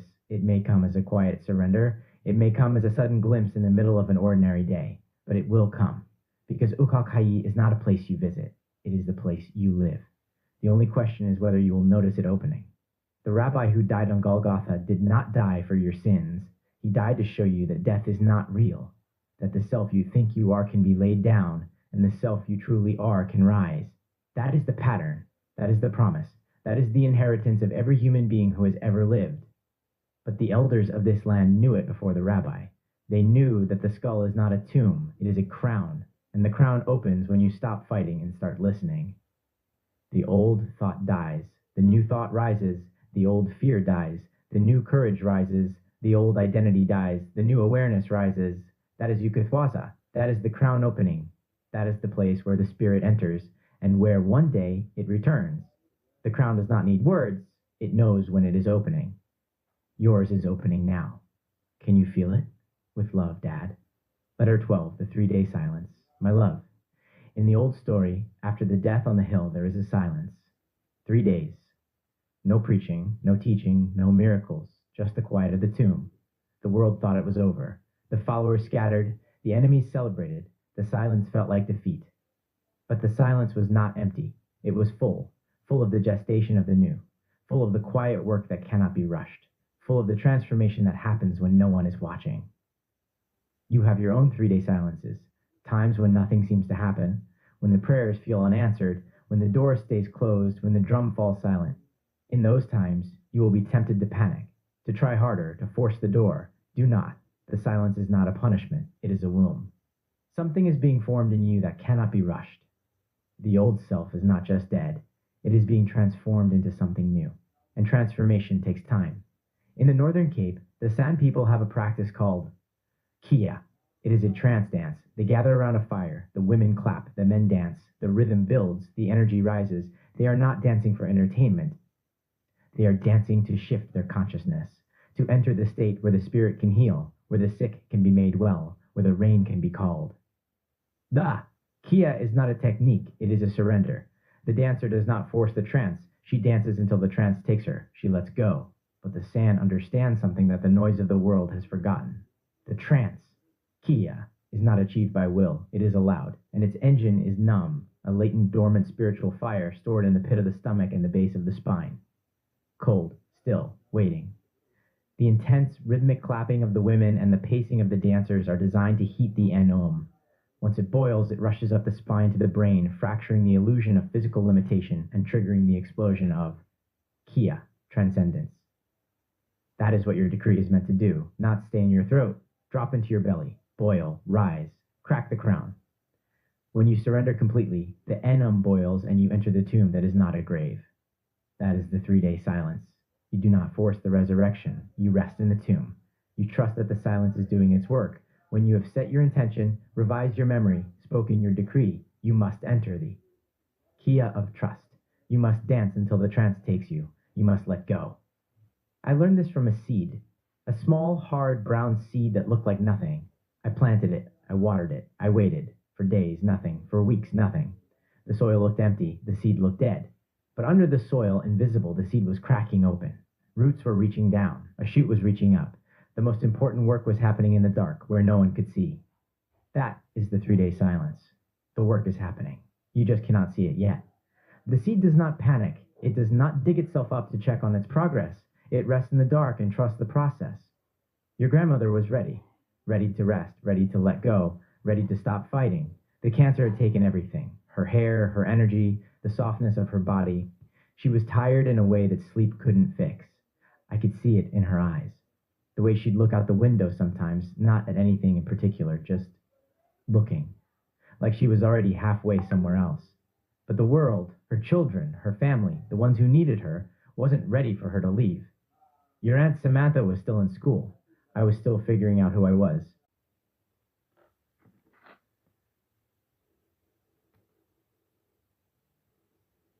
Her family, the ones who needed her, wasn't ready for her to leave. Your Aunt Samantha was still in school. I was still figuring out who I was.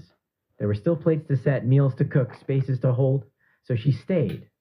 Fought through years when she was ready to stop. Smiled through the chemo when every part of her wanted to scream. Held us together with hands that were already tired, already thin, already leaving. She waited, not for herself, for us. And the waiting wasn't empty. It was full of presence, full of love, full of the small daily acts of showing up that became the soil we're still standing on. Noah did not build a boat of wood. The ark is the sanctuary of your own silent skull. The flood is the chaotic, overwhelming noise of the world. Systemic panic, financial ruin, xenophobia, the drowning waters of collective fear. To survive, you must close the door of the senses, bring every internal duality into perfect balance, the animals entering 2 by 2, light and shadow, tension and silence, fear and courage. When the external world drowns in its own confusion, the one anchored in the I am floats effortlessly above the chaos. The flood will pass, the waters will settle, and you will step out onto the solid ground of Manyarazzo, the great quietening. The tomb is not empty. The seed is cracking open. The grandmother is holding on. The silence is working.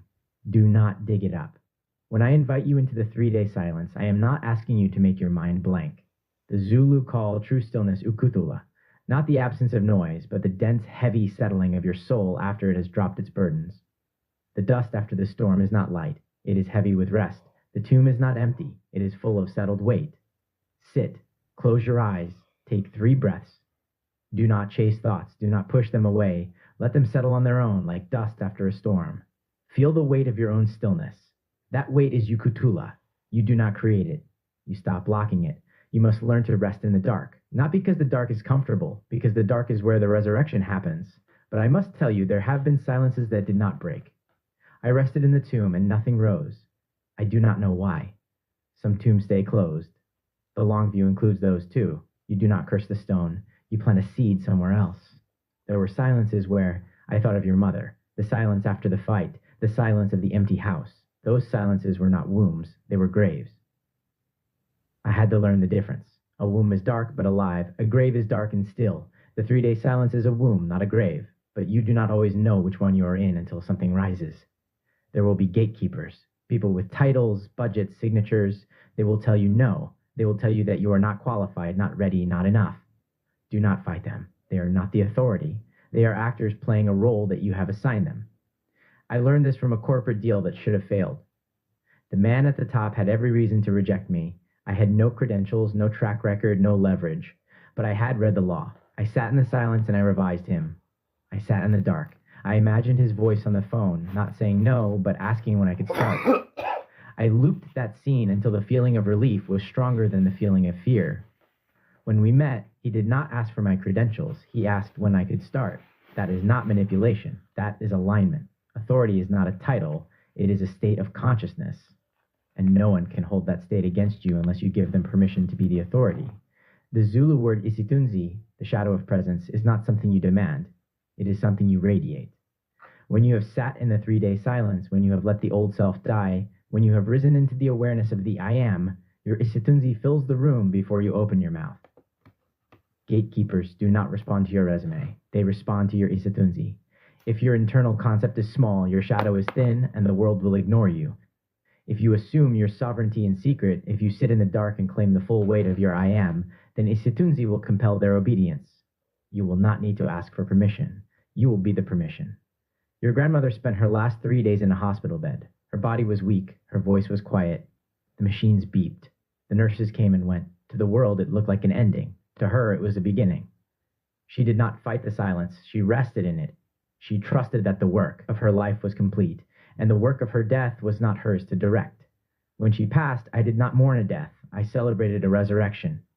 The body was gone, but the presence, the I am that had animated her, was not gone. It had simply moved. It had returned to the source. That is the promise of the 3-day silence. Not that the body rises, that the awareness that was wearing the body never dies. You are not your body. You are not your thoughts. You are not your feelings. You are the one who notices, the body, the thoughts, the feelings. And that one cannot die. When you feel lost, forgotten, stuck in a silence that seems to have no end, remember the seed. Remember the trance dancer. Remember your grandmother in her hospital bed. The silence is not empty. The silence is working. But if it is a grave, plant the seed somewhere else. Do not stay in a tomb that will not open. Do not dig up the seed. Do not stop the dance. Do not fight the bed. Rest, trust, let the resurrection happen in its own time. The 3 days will pass, the dawn will come, and you will rise, not as the same person who entered the tomb, but as someone new. With love, Dad. Afterlife, Scholastic Kampala, January 16th, 2020. My love, let me tell you about the one thing the world spends its life running from, the single, unavoidable guarantee wrapped into the human contract. Death. Every religion on earth paints the afterlife in strokes of absolute beauty. Paradise, gold streets, eternal rest, reunification with the source. Yet watch how humanity actually behaves. The moment death approaches, the whole collective apparatus freezes in sheer panic. Medicine treats it as an administrative failure. Hospitals fight it with wires and chemical warfare. We build massive walls of trauma around it, allowing the mere thought to break our decisions, paralyze our present, trap us in fear. Somewhere we were sold a lie that the exit door is a curse. They terrified us because they forgot the mechanics of transition. They lost the technologies of the breakdown. They started viewing life as a straight line that ends in a cliff, instead of what the elders always knew it to be, a profound piece of cosmic music that must move through tension to reach its resolution. If you look closely at the tools we have tracked through this book, every sacred practice on this land was simply a dress rehearsal for the ultimate transition. The matrix functions on a single massive lie. It convinces you that you are a finite object that can be destroyed, rather than the infinite awareness, the I am, that cannot.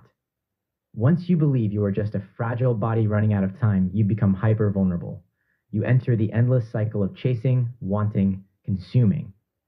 The world sells you medicine, insurance, borders, status, all to protect an ego that is destined to dissolve anyway. Because we are terrified of losing our individual skin, we build walls. Borders, rigid religions, racial divisions. You once said to me, after the KFC incident, when I shouted, when I tried to explain why people hurt each other, you said, "Dad, they hate me just because I am not them." That is the ego's terror of the other. We spend our whole lives running, hoarding, fighting, completely blind to the fact that the divine presence we are searching for is already sitting quietly inside our own skull. We act like desperate consumers when we are, in reality, the unattached I am. I know you are growing up in an artificial intelligence era, but would like to share with you something about old technology. Ancestral spirituality doesn't run away from collapse, it accelerates it. Across every indigenous tradition in southern Africa, the mechanics of transcendence require violent friction, sound, tension, to break the ego illusion so that the true self can emerge into silence, into enlightenment. When you look closely, the San Hunter, the Nguni Initiate, and the Shona Mourner are all using the exact same technology at different thresholds of existence. When the San Elders dance, they clap until their internal fire boils, fracturing their physical senses to cross over into the enlightened awareness of Kia. When the initiate goes through Ukuthula, they are subjected to the relentless pounding of the Ngoma until their worldly ego collapses, allowing their true divine majesty to emerge like a new moon out of the dark. I learned the third expression of this technology at your grandmother's funeral. Your mother's mother. The Shona side of our blood. I grew up hearing a word for funerals that I didn't fully understand until I sat in that tent listening to the women wail. Mariro. The world will tell you it just means a place of crying. But in our language, it comes from rira, the word for how an instrument sounds. A funeral was called a sounding. For days the elders gathered and filled the night with loud weeping and relentless singing. They knew that when life breaks, you do not sit in frozen toxic silence. You must make a sound. You must let the tension ring out. But they didn't leave us in the noise, because after the sounding came Manyaradzo, from Nyarara, the making of quiet. They showed us the law. You must allow the storm of your life to have its sounding so that your spirit can finally earn its silence. You cannot have the comforting until you have allowed the frequency to break through the air. The elders did not design these ceremonies just as social customs to pass the time. They designed them as a sonic machine to process the soul from the chaos of death into the peace of the ancestors. When a family member transitions, the environment enters a state of sudden, shocking trauma. The air becomes heavy and stagnant. The Shona solution is not silent, isolated grief. It is mariro, an immediate, violent activation of collective sound. For the first few days, the environment is filled with raw, unbridled sound. People arrive and cry loudly. They stay through the night singing Zio de Kunyaradza, songs of comforting. That continuous overnight singing acts as a harmonic stabilizer. It takes the chaotic, jagged frequency of the crying and molds it into a shared rhythmic vibration. The loud, rhythmic, communal weeping that goes on for days and nights is not just emotional venting. It is acoustic technology. The community uses their vocal cords to shatter the stagnant, heavy air of death. They are matching the violent tension of the moment tightening the skin of the collective drum, so that the transition can begin. Mariro is the ngoma, the tension, the friction, the noise, that breaks the old vessel so the new one can be born. This is the exact move from ngoma to Ukuthula that we have traced through this house. You cannot get to the deep silence of Manyaradzo without first passing through the intense acoustic purge of Mariro. The sound literally burns up the trauma, allowing the spirit of the departed and the hearts of the living to safely settle into the ground. That is Manyaradzo, the great quietening.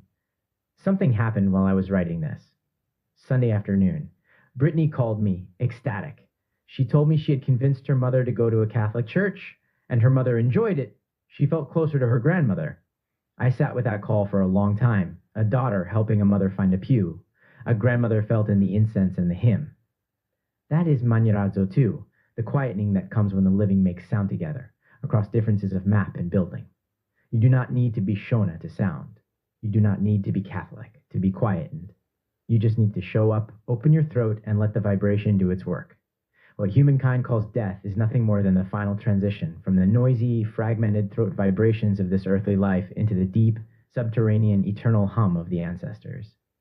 It is the moment your formless breath completely outgrows the coat of the body and slides back into the infinite ocean of potentiality. Do not let the world teach you to fear the breakdown, and do not let them teach you to fear the end. Whether it is the collapse of a career, the death of an identity, or the final breath of the flesh, it is all the same technology. When life breaks, do not freeze. Gather your people, make your sound. Let the tension ring out through the night. Let your mariro do its work, knowing with absolute unshakable certainty that the Manyaradzo is already organized under the soil, waiting to welcome you into the weight of your eternal peace. The pattern is everywhere, whether it is Jonah's 3 days in the fish, Jesus' 3 days in the tomb, or the Shona 3 days of Mariro. The pattern is the same, the sounding, the silence, the emergence. The dance, the initiation, the grave, they are the same cosmic machine. They are the mechanical processing of a soul passing from the noise of the world into the truth of who we are. Death is not the enemy of life. Death is the ultimate manirazzo. It is the absolute moment the matrix loses its grip on you. The heavy ego dust finally settles, and you are restored to the only reality that ever truly existed. I am. Letter 13. The cord of relatedness. My love. The Shona people have a word that has no easy translation in English. Ukama. It means relatedness. Not just blood. Not just family. The deep, invisible cord that connects you to every human being who has ever lived, and to everyone who will ever live. You are not an individual. You are a knot in a cord. The cord stretches back to the first breath and forward to the last. When you pull on the cord, you affect everyone on it. When you heal a knot, you heal the whole cord. The Nguni word for what flows through that cord is idlozi. It is often translated as ancestor. But that translation is thin. Idlozi comes from the ancient verb ukuloza, a low, persistent whistling, humming, or vibrating frequency, like the wind moving through dry reeds, like a distant radio signal. The elders did not believe your ancestors were separate entities hiding in the dark. They understood Idlozi to be the subterranean acoustic vibration encoded in your very DNA. When you quiet the noise of the ego, you begin to loza. You pick up the ancestral hum. The bloodline is not a crowd of dead people standing behind you watching your mistakes. The bloodline is a frequency humming inside your bones. When you step into the quiet of your skull, you aren't calling out to a distant heaven. You are simply tuning your dial until your life resonates with the ancient, unshakable whistle of the ones who survived the fire so you could breathe. This does not make the ancestors less real. It makes them more real, as the living frequency in your blood, not as distant ghosts. The cord is not only blood. It is the friend who sat with you when you had nothing. The stranger who sent 300 rands. The neighbor who fed the street during the strike. They are knots too. Heal yourself and you heal them. This is not metaphor. This is the most practical truth I know. Britney's question stayed with me. Why would we keep believing what the colonizers gave us? She didn't know the word ukama, but she was living it. The cord was not just backward, it was forward. She was the proof that inheritance is no longer passive. She told me once, months later, that she was scared to say it out loud. I thought Gogo would be disappointed, she said. I sat with that fear for weeks before I could speak. The Zulu and Xhosa speak of Amadlozi, the ancestors. They teach that the ancestors are not distant. They are present in the blood, in the land, in the dreams. When a young person struggles with the same pattern that plagued their grandmother, the same poverty, the same fear, the same rage, that is the ancestor speaking, not as a ghost, as a pattern. The Sangoma does not exorcise the ancestor, she heals the pattern. She shows the young person how to revise the story, how to cut the dead branch, how to plant a new seed. That is Ukama. That is the cord. You are not separate from your mother's fears. You are not separate from your father's silences. You are not separate from your grandmother's pain. You are part of the same cord. The only question is whether you will be a knot of limitation or a knot of liberation. The Zulu word ufuzo means the genetic and spiritual code passed down through blood. It is the default setting, the subconscious blueprint of poverty, marital trauma, fear of speaking, or silent rage that you inherited before you could speak. You do not have to copy-paste that code. Ufuzo is not a prison sentence. It is a living stream of software that you have the authority to edit. When you revise your father, when you sit in the dark and imagine him free, speaking, at peace, you are not changing his past. You are rewriting the Ufuzo that he passed down to you. You are liberating the ancestors who carried the weight before you, and you are setting a new baseline for the children you will one day hold. This is the work of the sovereign, not healing the past, editing the code. I used to be haunted by my father's silence. He did not speak about his feelings.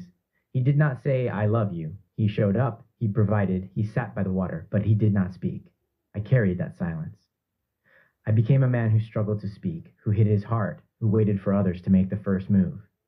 That was not my father's fault. It was my inheritance, and it was my responsibility to heal. I did not need to confront him. I needed to revise my image of him. I sat in the dark and imagined him speaking, imagined him saying the words I had needed to hear, imagined him free. I did not change his past, but I changed my cord. And as I healed, I noticed something strange. My father began to soften. He began to speak more. Not because I asked him to, because I had revised the pattern, and the pattern was not his alone. It was ours. That is Ukama. That is the power of revision. You are not just healing yourself, you are healing the entire cord behind you, and the entire cord in front of you. The lions could not harm Daniel because he saw himself in them. That is the cord. There is no other. Every Sunday when I was young, an old man appeared at our gate. His name was Mr. Dlamini. He lived 3 houses down, alone, after his wife passed. He had that look people get when they've been alone too long. Not sad exactly, just quiet. The kind of quiet that comes from having no one to talk to. He wouldn't knock, he wouldn't call out. He'd just stand there, hands in his pockets, waiting to be seen. My mother would look up from whatever she was cooking, nod once, and go back to work. No words exchanged, no invitation needed. Just that nod, that acknowledgement, that silent "I see you, you're welcome here." He'd walk to the corner of the yard, the spot under the peach tree where the old chair lived, and sit, just sit, for hours sometimes, watching nothing, thinking everything. And when the food was ready, my mother would fill 2 plates, one for the family, one for Mr. Dlamini. I asked her once, when I was young enough to still ask questions like this, why does he come here every Sunday? Doesn't he have his own food?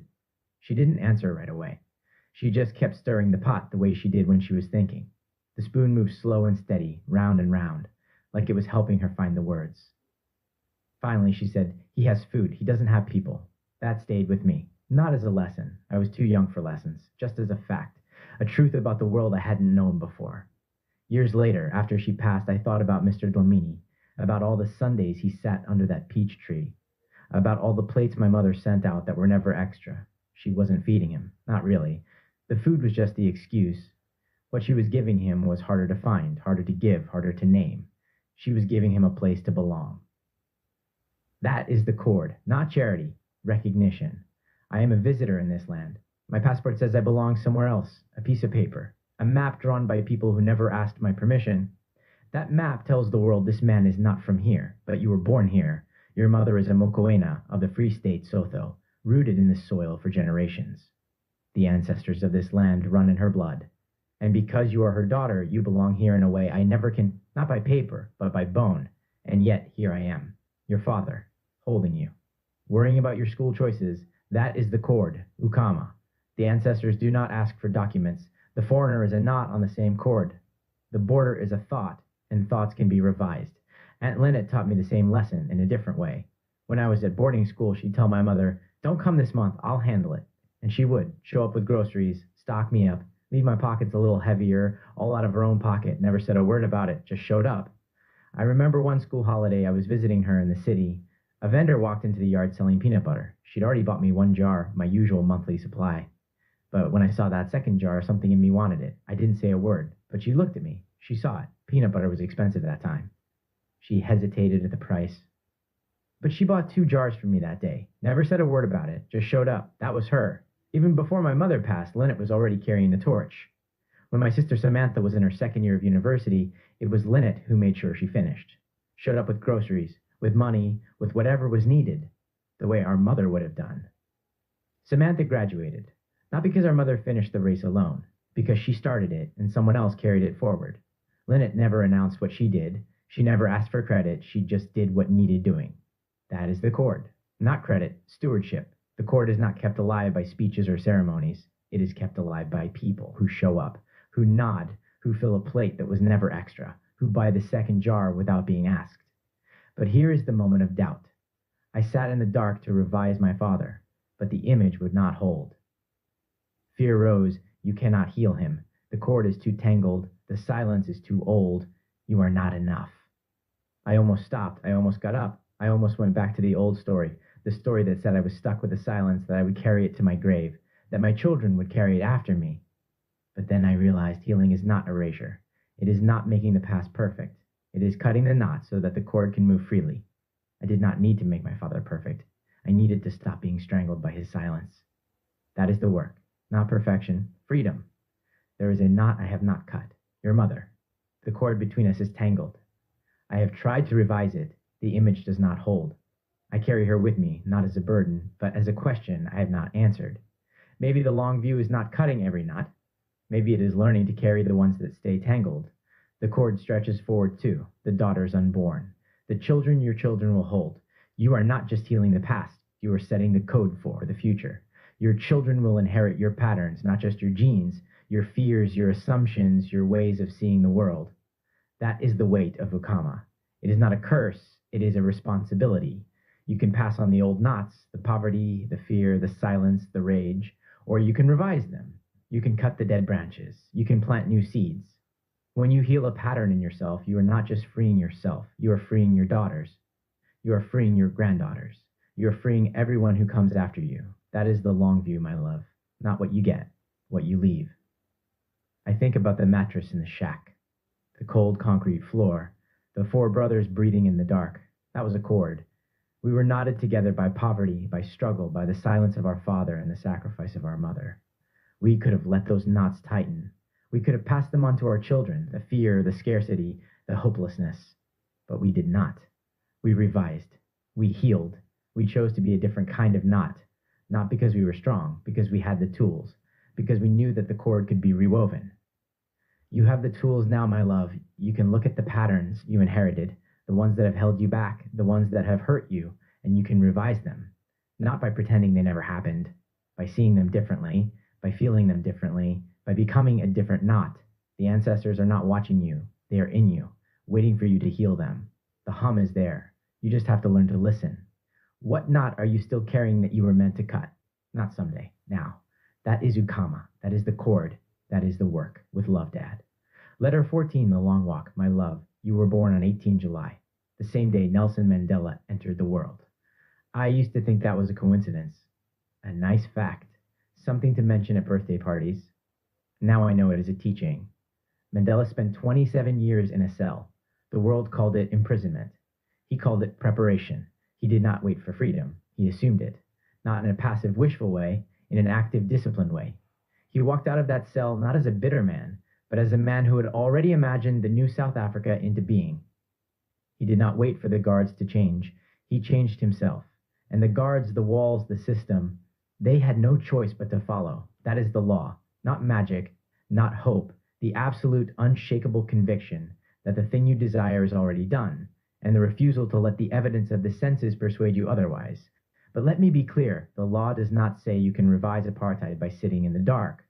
Mandela revised himself, and then he acted with millions of others to change what no single imagination could move. Revision clears your fear. Action clears the ground. You need both. The cell was real. The struggle was collective.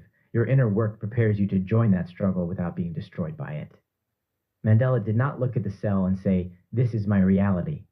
He looked at the cell and said, "This is temporary. This is not the truth.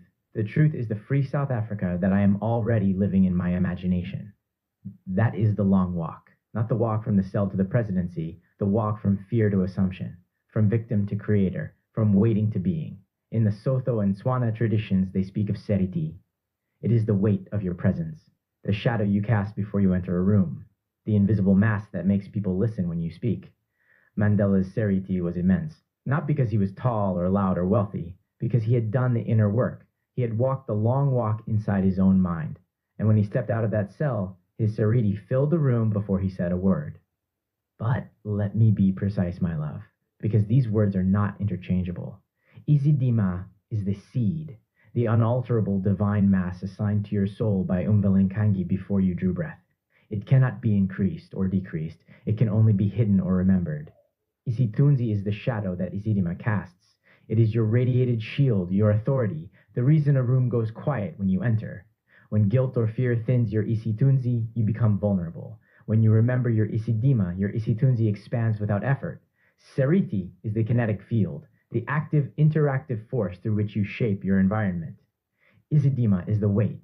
Isithunzi is the shadow. Seriti is the hand that moves the mountain. Remember the seed we planted in letter 3? Here is the tree. You do not need to build a presence. Your Isidima is already whole.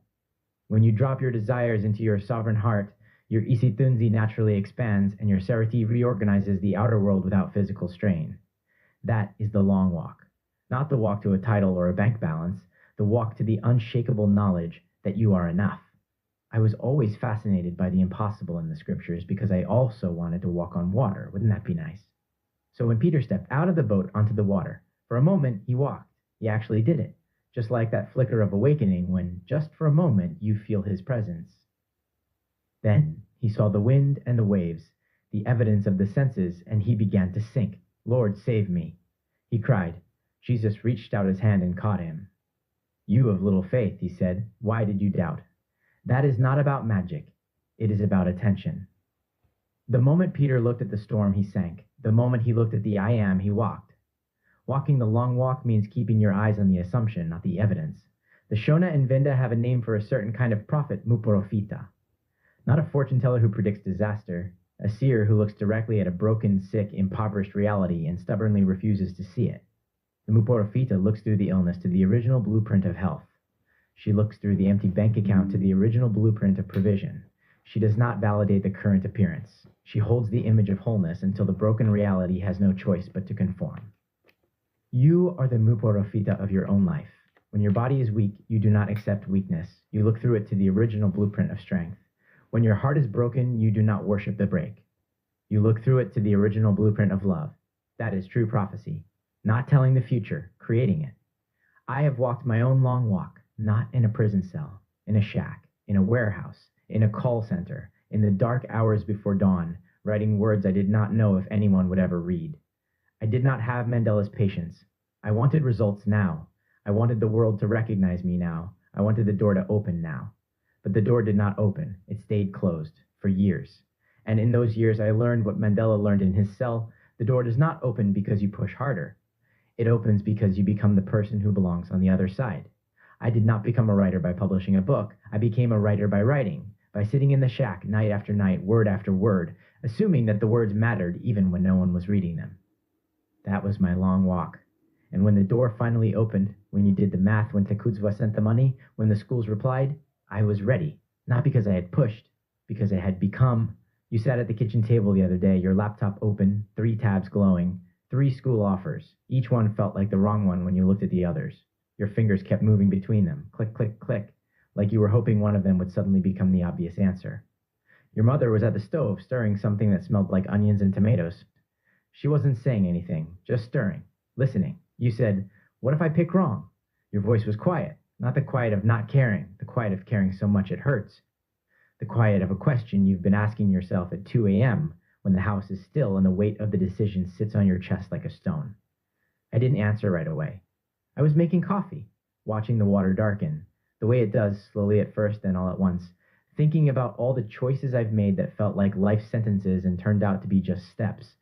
I remember the LaSalle exam. You were so worried, convinced you hadn't studied enough, certain you'd messed up. You came into the kitchen that morning with your eyes red. I don't know if you'd been crying or just not sleeping, maybe both.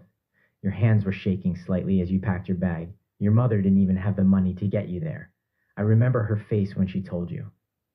The way she tried to say it gently, like she was breaking something fragile. The way you nodded, like you understood, but your shoulders dropped just a little. And still, somehow, you got there. And you passed. Of course you passed. The worry feels like truth because it's loud, because it's in your body, because it keeps you up at night. But loud isn't the same as true. The voice that says you're going to fail, you're not ready, you've messed this up. That voice is not a prophet. It's just scared. And scared voices shout. We treat choices like we're choosing a fixed destination. But that's not how it works. You're not choosing a life. You're choosing a place to become more of who you already are. And you bring yourself to whatever step you take. I used to think I was teaching her. That evening, I realized she was teaching me. The roles had shifted without me noticing. She was walking her own long walk, not a prison cell, but the quiet courage to question what everyone else accepted. The Quran tells of Musa, whose logical mind panicked at every tragedy. He saw a boat damaged and called it loss. He saw a boy executed and called it injustice. But his guide, the timeless observer Al-Khidr, saw the long view. The boat was saved from a tyrant's seizure. The boy would have brought ruin to his parents. The wall hid a treasure for orphans. The ego sees a crisis. The true self sees the mechanical restructuring of reality. Your breakdown is a setup for your protection. That is the long walk. But there were weeks when I could not feel the I am. The silence was empty.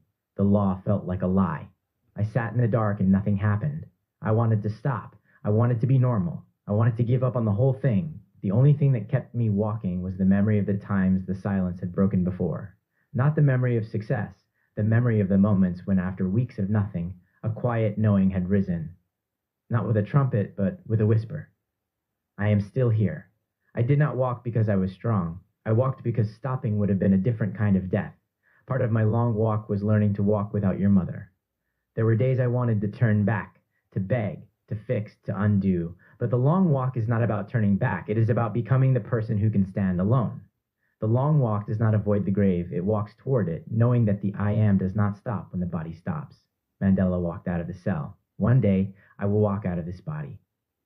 The same law applies. That is the long walk, my love, not the walk of the hero who never doubts, the walk of the ordinary person who doubts every day and walks anyway. You will have your own long walk. It may not be 27 years, it may be 27 days, it may be 27 minutes. But the lesson is the same. You cannot rush the walk. You cannot skip the walk. The walk is not the obstacle, the walk is the teacher. When you are in a season of waiting, waiting for the grade, waiting for the opportunity, waiting for the healing, do not waste the waiting. Use it. Walk the inner walk. Assume the feeling of the wish fulfilled. Become the person who already has what you are waiting for. That is not pretending. That is Seriti. That is the long walk. You were born on 18 July, the same day Nelson Mandela entered the world. Not a coincidence. An assignment. This is my part. These words now exist. But here is something I've only recently understood, my love. I am a visitor in this land, a foreigner. I hold a passport that says I belong somewhere else, and I have watched the world tremble over expiration dates stamped by the law. I have seen people look at a brother from across an artificial line drawn on dirt, a line they did not build, and say, "You do not belong here." They suffer from a catastrophic amnesia. They truly believe they are their passports, their borders, their nationalities, but the I am has no visa. It was here before the first border was drawn, and it will be here when the concrete walls turn to dust. Mandela understood this. He did not fight apartheid only for a piece of paper. He fought for the recognition that no human can be defined by a legal category. You are not South African because of a document. You are South African because you breathe this air, walk this soil, carry the ancestors of this land in your blood. And beyond that, you are I am. The same awareness that breathes through the refugee and the citizen, the immigrant and the native. Do not let the world convince you that your worth expires. You are not here to wait for freedom. You are here to assume it. To walk the long walk inside your own mind. To become someone whose serity is so heavy that the world has no choice but to rearrange itself around you. The cell is not a punishment. It is a classroom. The waiting is not a waste. It is the work. Walk it well, my love. The door is already open. You just have to become the one who walks through. Letter 15, the currency of legacy. My love, I used to think that legacy meant money, what you leave behind in a will, what you pass down to your children, a house, a car, a bank account. I was wrong. Those things are not legacy. They are dust. They burn. They break. They are spent. The only real legacy is the revision you leave behind. The stories you change, the patterns you heal, the weight you lift from the shoulders of your children and your children's children.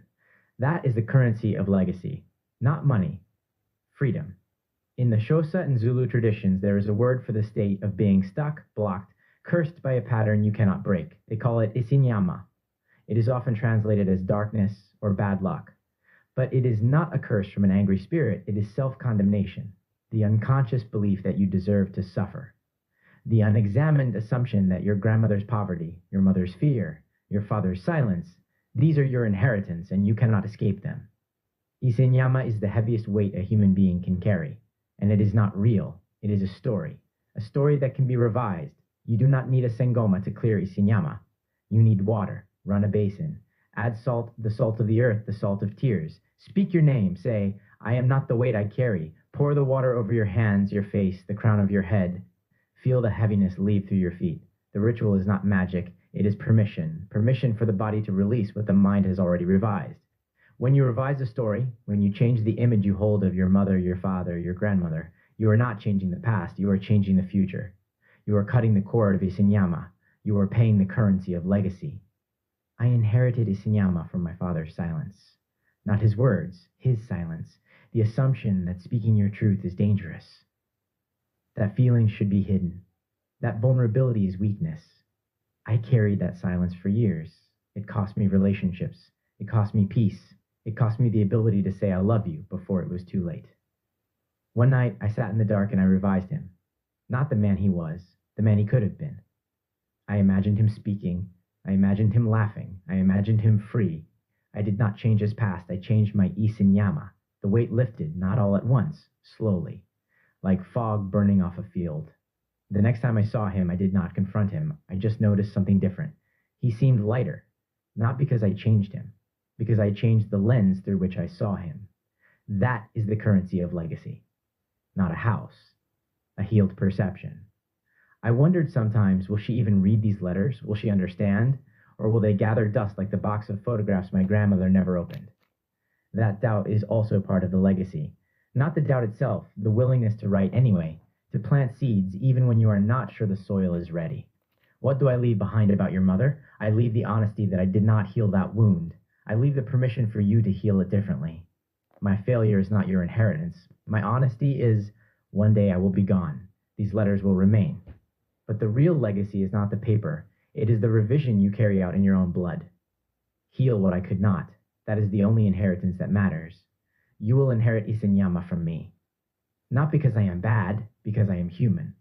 I have passed down my fears, my silences, my blind spots, not deliberately, inevitably. You can curse me for that. You can carry the weight. You can pass it down to your children. Or you can revise it. You can sit in the dark and imagine me free. Imagine me speaking. Imagine me at peace. Not for my sake, for yours. When you revise your father, you are not changing me. You are changing the Isithunzi that you would otherwise pass down. You are cutting the cord. You are paying the currency of legacy forward, not backward. The only thing you leave behind that matters is the revision, the story you changed, the pattern you broke, the weight you refused to carry. Your grandmother passed down her smile, not because she had money, because she had revised her suffering. She had chosen to be a different kind of knot. My father passed down the water, the silence, the space, not because he was perfect, because he revised his own silence moment by moment, sitting by the dam waiting for us to speak. I will pass down these letters, not as words on paper, as tools, as permission, as the knowledge that you are not stuck with the story you were given. You can revise it, you can heal it, you can pass down something lighter, but we are not done. The cord stretches forward, the daughters unborn are waiting. Let us walk toward them. That is the currency of legacy, my love, not what you own, what you release. With love, Dad. Letter 16, the friend who never leaves. My love, in the Zulu and Xhosa traditions, they speak of Isithunzi. It is often translated as shadow or authority, but it is more than that. Isithunzi is the invisible weight of a person's presence. It is the reason why some people walk into a room and the room goes quiet, while others walk in and are ignored. Isithunzi is not given by a title. It is not earned by achievement. It is the natural expression of a person who knows who they are. When you know who you are, you do not need to shout. You do not need to prove. Your presence speaks before you open your mouth. That is Isithunzi. But there is something deeper than Isithunzi, something that stays when the weight of your presence is not enough to move the room. There is a figure in the old stories called the Comforter, the one who arrives when the teacher departs, the one who stays when everyone else is gone, the one who whispers in the silence. I used to think that Comforter was a spirit, an angel, a presence outside myself, something to pray to call upon, to beg for help. Now I know the Comforter is your own awareness, the I am that has been with you since before you could speak, the one who has watched every triumph and every failure, every joy and every sorrow, without once turning away. That is the friend who never leaves. Not because it is loyal, because it is you, the deepest you, the one who does not change when your mood changes, does not panic when your circumstances shift, does not abandon you when you make a mistake. In the Zulu tradition, they speak of Isithunzi, the messenger, the guide, the inner voice that speaks in dreams and sudden knowings. Some call it an ancestor, some call it a spirit guide, but the elders know Isithunzi is not a ghost. It is the voice of your own higher self, the part of you that is not fooled by the drama of the day, the part that sees the whole board, not just the piece you are moving. When you learn to listen to Isithunzi, you stop looking for answers outside yourself. You stop running to prophets and pastors and sengomas, begging them to tell you what to do. You sit in the silence and you ask the voice inside, and it answers, not in thunder, not in fire, in a quiet whisper, a knowing, a sense of peace about a decision that made no sense to your logical mind. That is the friend who never leaves. Before sleep, ask a question, not with urgency, with openness. Say, show me what I need to see. Then let the question drift. Do not demand an answer. The dream will come. When you wake, do not reach for your phone. Lie still. Let the images surface. Do not interpret immediately. Just witness. The ancestors speak in symbols, not arguments. When I lived with the Muslim family in Cape Town, I heard the adhan 5 times a day. The muezzin's voice would rise from the mosque, echoing through the streets. Allahu Akbar, Allahu Akbar. God is greater. God is greater. I used to think it was about a distant God, but now I understand. The call is not to the sky. It is to the I am inside your own chest. God is greater, greater than your fears, greater than your plans, greater than the evidence of your senses. That is the friend who never leaves. Not a voice from a minaret. the voice that says, "You are not alone. You have never been alone." I have walked through valleys where I felt completely alone. The business had failed. The money was gone. The friends had scattered. The phone did not ring. There were nights I thought of your mother and felt the absence like a stone. The friend did not remove the stone, but the friend sat with me while I carried it. In those valleys, I learned something. The friend who never leaves is not the one who calls. It is the one who watches the phone with you. The awareness that notices the silence. The presence that does not panic when the world goes quiet. That presence is not impressed by your failures. It is not ashamed of your poverty. It is not disappointed by your mistakes. It just is. Steady. Quiet. Eternal. When you feel alone, sit still. Close your eyes. Feel the presence of the one who is aware of the aloneness. That is the friend. That is Isithunzi. That is the comforter. You are never alone. You have just been looking for company in the wrong place. The Shona word chinyarazo means a ceremony of comforting. It is the act of bringing peace after a deep loss. In the villages, when someone dies, the elders sit with the grieving family. They do not fix the loss, they sit, they witness, they remind the family that they are not alone. Your inner I am is that elder. When the external world brings loss, a job, a relationship, a dream, your awareness does not panic. It does not fix. It sits with you. It witnesses. It whispers, "I am still here. I have never left." The loss is a cloud passing through the sky of your awareness. The sky remains. True comfort does not arrive because the world fixed your problem. True comfort is chinyarazo, the silent internal certainty that the one who is aware of the problem has never been touched by it. Your grandmother knew this friend. She did not call it by a fancy name. She just called it the one who stayed. When the cancer came, when the pain was constant, when the children were crying and the bills were piling up, she would sit in her chair, close her eyes, and go quiet. We thought she was resting. She was visiting the friend. She would emerge from that silence not with solutions, but with peace. Not with answers, but with strength. Not with strategies, but with a smile. That smile was not denial. It was the evidence of someone who had been held by the friend who never leaves. You have this friend, my love. You have always had it. You have just been too busy looking for it in other people. Other people will leave. They will get busy. They will move away. They will disappoint you. Not because they are bad, because they are human. The friend who never leaves is not human. It is the awareness that has been reading these words since the first page. It has not left once. When you finish this book, it will still be there. When you grow old, it will still be there. When you close your eyes for the last time, it will still be there. That is the friend. That is your inheritance. That is the voice that says, "I am with you always, even to the end of the age." Not a promise from a distant king, a fact of your own existence. But we are not done. The map must be left. The promise must be lived. The tree is waiting. Let us walk. Letter 17, the leaving of the map, my love. We have walked through 3 volumes together. Volume 1 built the house. Volume 2 walked through the door. Volume 3 has been the long view. The view from the hill, the view from the end of the road, the view from the place where you stop seeking and start being. Now I must tell you something that is difficult for a father to say. The day you close this book and realize you no longer need my voice to find or center that is the day the book is truly fulfilled. Not before. I am not your teacher. I am your father. There is a difference. A teacher wants you to need them. A father wants you to outgrow him. The Sangoma, the pastor, the imam, the rabbi, they are all maps. Beautiful maps, useful maps. But maps are not the territory. If you spend your life worshiping the map, you will never walk the land. The day you stop quoting me, stop referencing these letters, stop looking for my approval, that is the day you become the ancestor. That is the day you stop translating and start living. Do not be a student of the law. Be the law. Do not be a seeker of the promise. Be the promise. The architecture of the self is not a blueprint. It is a remembering. And the moment you remember who you are, you will no longer need the voice that told you. That is not abandonment. That is completion. The first days after closing the book, you may feel lost. That is normal. The map gave you comfort.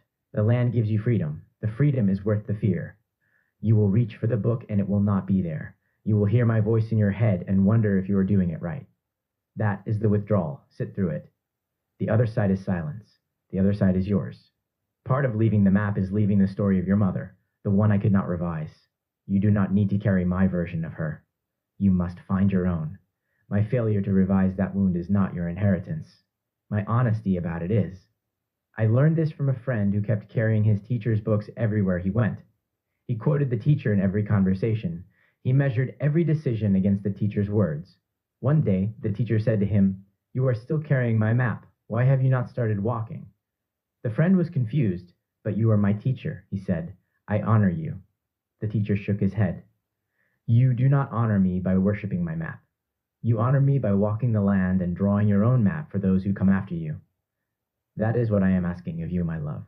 Not to forget me, not to discard these letters, to outgrow them, to become the one who no longer needs to look back because she is too busy walking forward." She told me once that she almost went back to the church, just to feel close to Gogo. But she couldn't pretend. That honesty cost her sleepless nights, the weight of feeling like she was betraying someone she loved. She left the map of colonization, but the map of Gogo's love was harder to leave. The Xhosa and Zulu speak of Isidima, the weight of your presence. When you are always looking back at the map, you thin your Isidima. Your shadow shrinks, your authority fades. The world does not take you seriously because you are still acting like a student, not a sovereign. The day you walk into a room and do not think about what I would say, what the Sangoma would say, what the pastor would say, that is the day your Isidima becomes your own. Not borrowed, not inherited, yours. This is the hardest teaching of the long view. The teacher must become obsolete. The map must be folded and put away. The voice that guided you must become a whisper, then a memory, then a silence that you no longer notice because you are too busy living. I am not afraid of that silence. I have been preparing for it since the day you were born. The Shona word Kuzvipira means unconditional devotion. You have shown that devotion to the work. Now you must show it to yourself. You must be devoted to your own awakening, not to my words about it. There is a story about a student who came to his master and said, "I have memorized all your teachings. I can recite them in my sleep. What more must I do?" The master said, "Forget them." The student was shocked. "Forget them, but they are the truth." The master said, "The truth is not in the words. The truth is in the living of the words. If you are still reciting, you are not yet living." That is where you must go, my love. Beyond recitation, beyond quotation, beyond the comfort of having a teacher to lean on. Jacob walked with a limp for the rest of his life, the mark of the old name broken. You will carry your own limp. It is not weakness. It is proof that you have wrestled and won.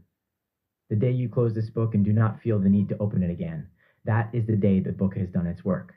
I think about my father. He did not leave me a manual. He left me the water, the silence, the space.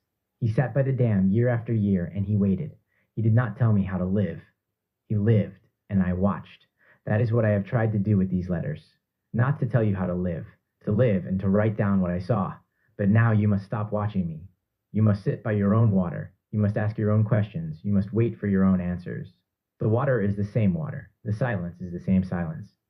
But the voice that speaks from it must become yours. One day I will leave the map of this body. That is not a loss. It is the final lesson. The I am does not need the map to find home. The Nguni word Ukuphenduka means a radical 180-degree turn.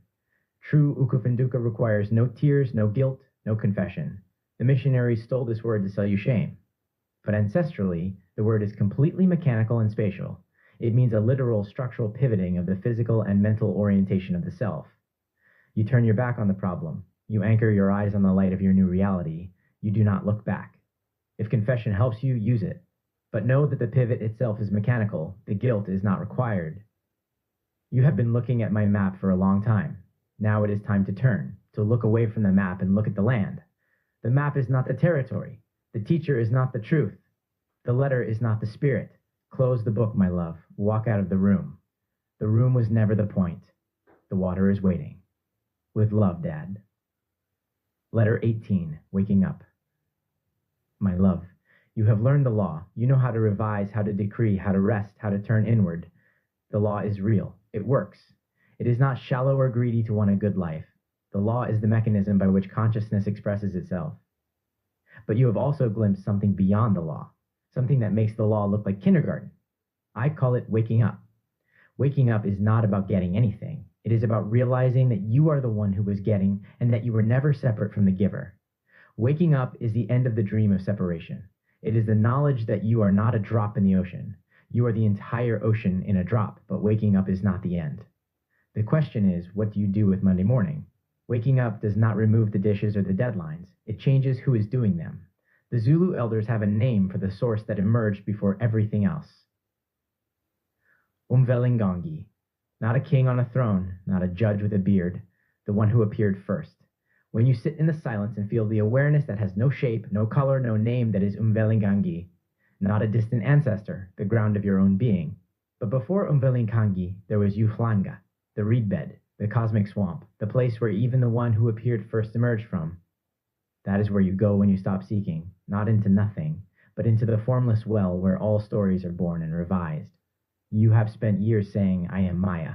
That is true, but before that there was a deeper I am, the one who noticed when you were hungry, when you were happy, when you were afraid. That I am has not changed since the day you were born. It will not change when your body returns to the soil. That is Umvelingangi, not a god you pray to, the awareness that is doing the praying. When you wake up to this, not as a belief, but as a direct knowing, you realize something extraordinary. You are not a small human girl trying to manifest a comfortable life. You are the primordial source, dreaming that you are a small human girl. And the dream is beautiful, but it is not the whole truth. The whole truth is that you never left. You only dreamed that you left. The Zulu word for this waking is not enlightenment, a word that feels imported, cold, academic. The word is ukuvuka, to rise, to wake from sleep.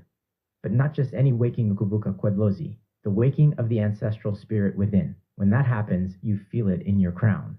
Pressure, heat, a tingling that is not pins and needles, but the sensation of a door opening that you forgot existed. The healers know this. They use Mpofu, white clay, plant washings, not to cast spells, but to clear the channel, to make the scalp soft again, to let the broadcast come through.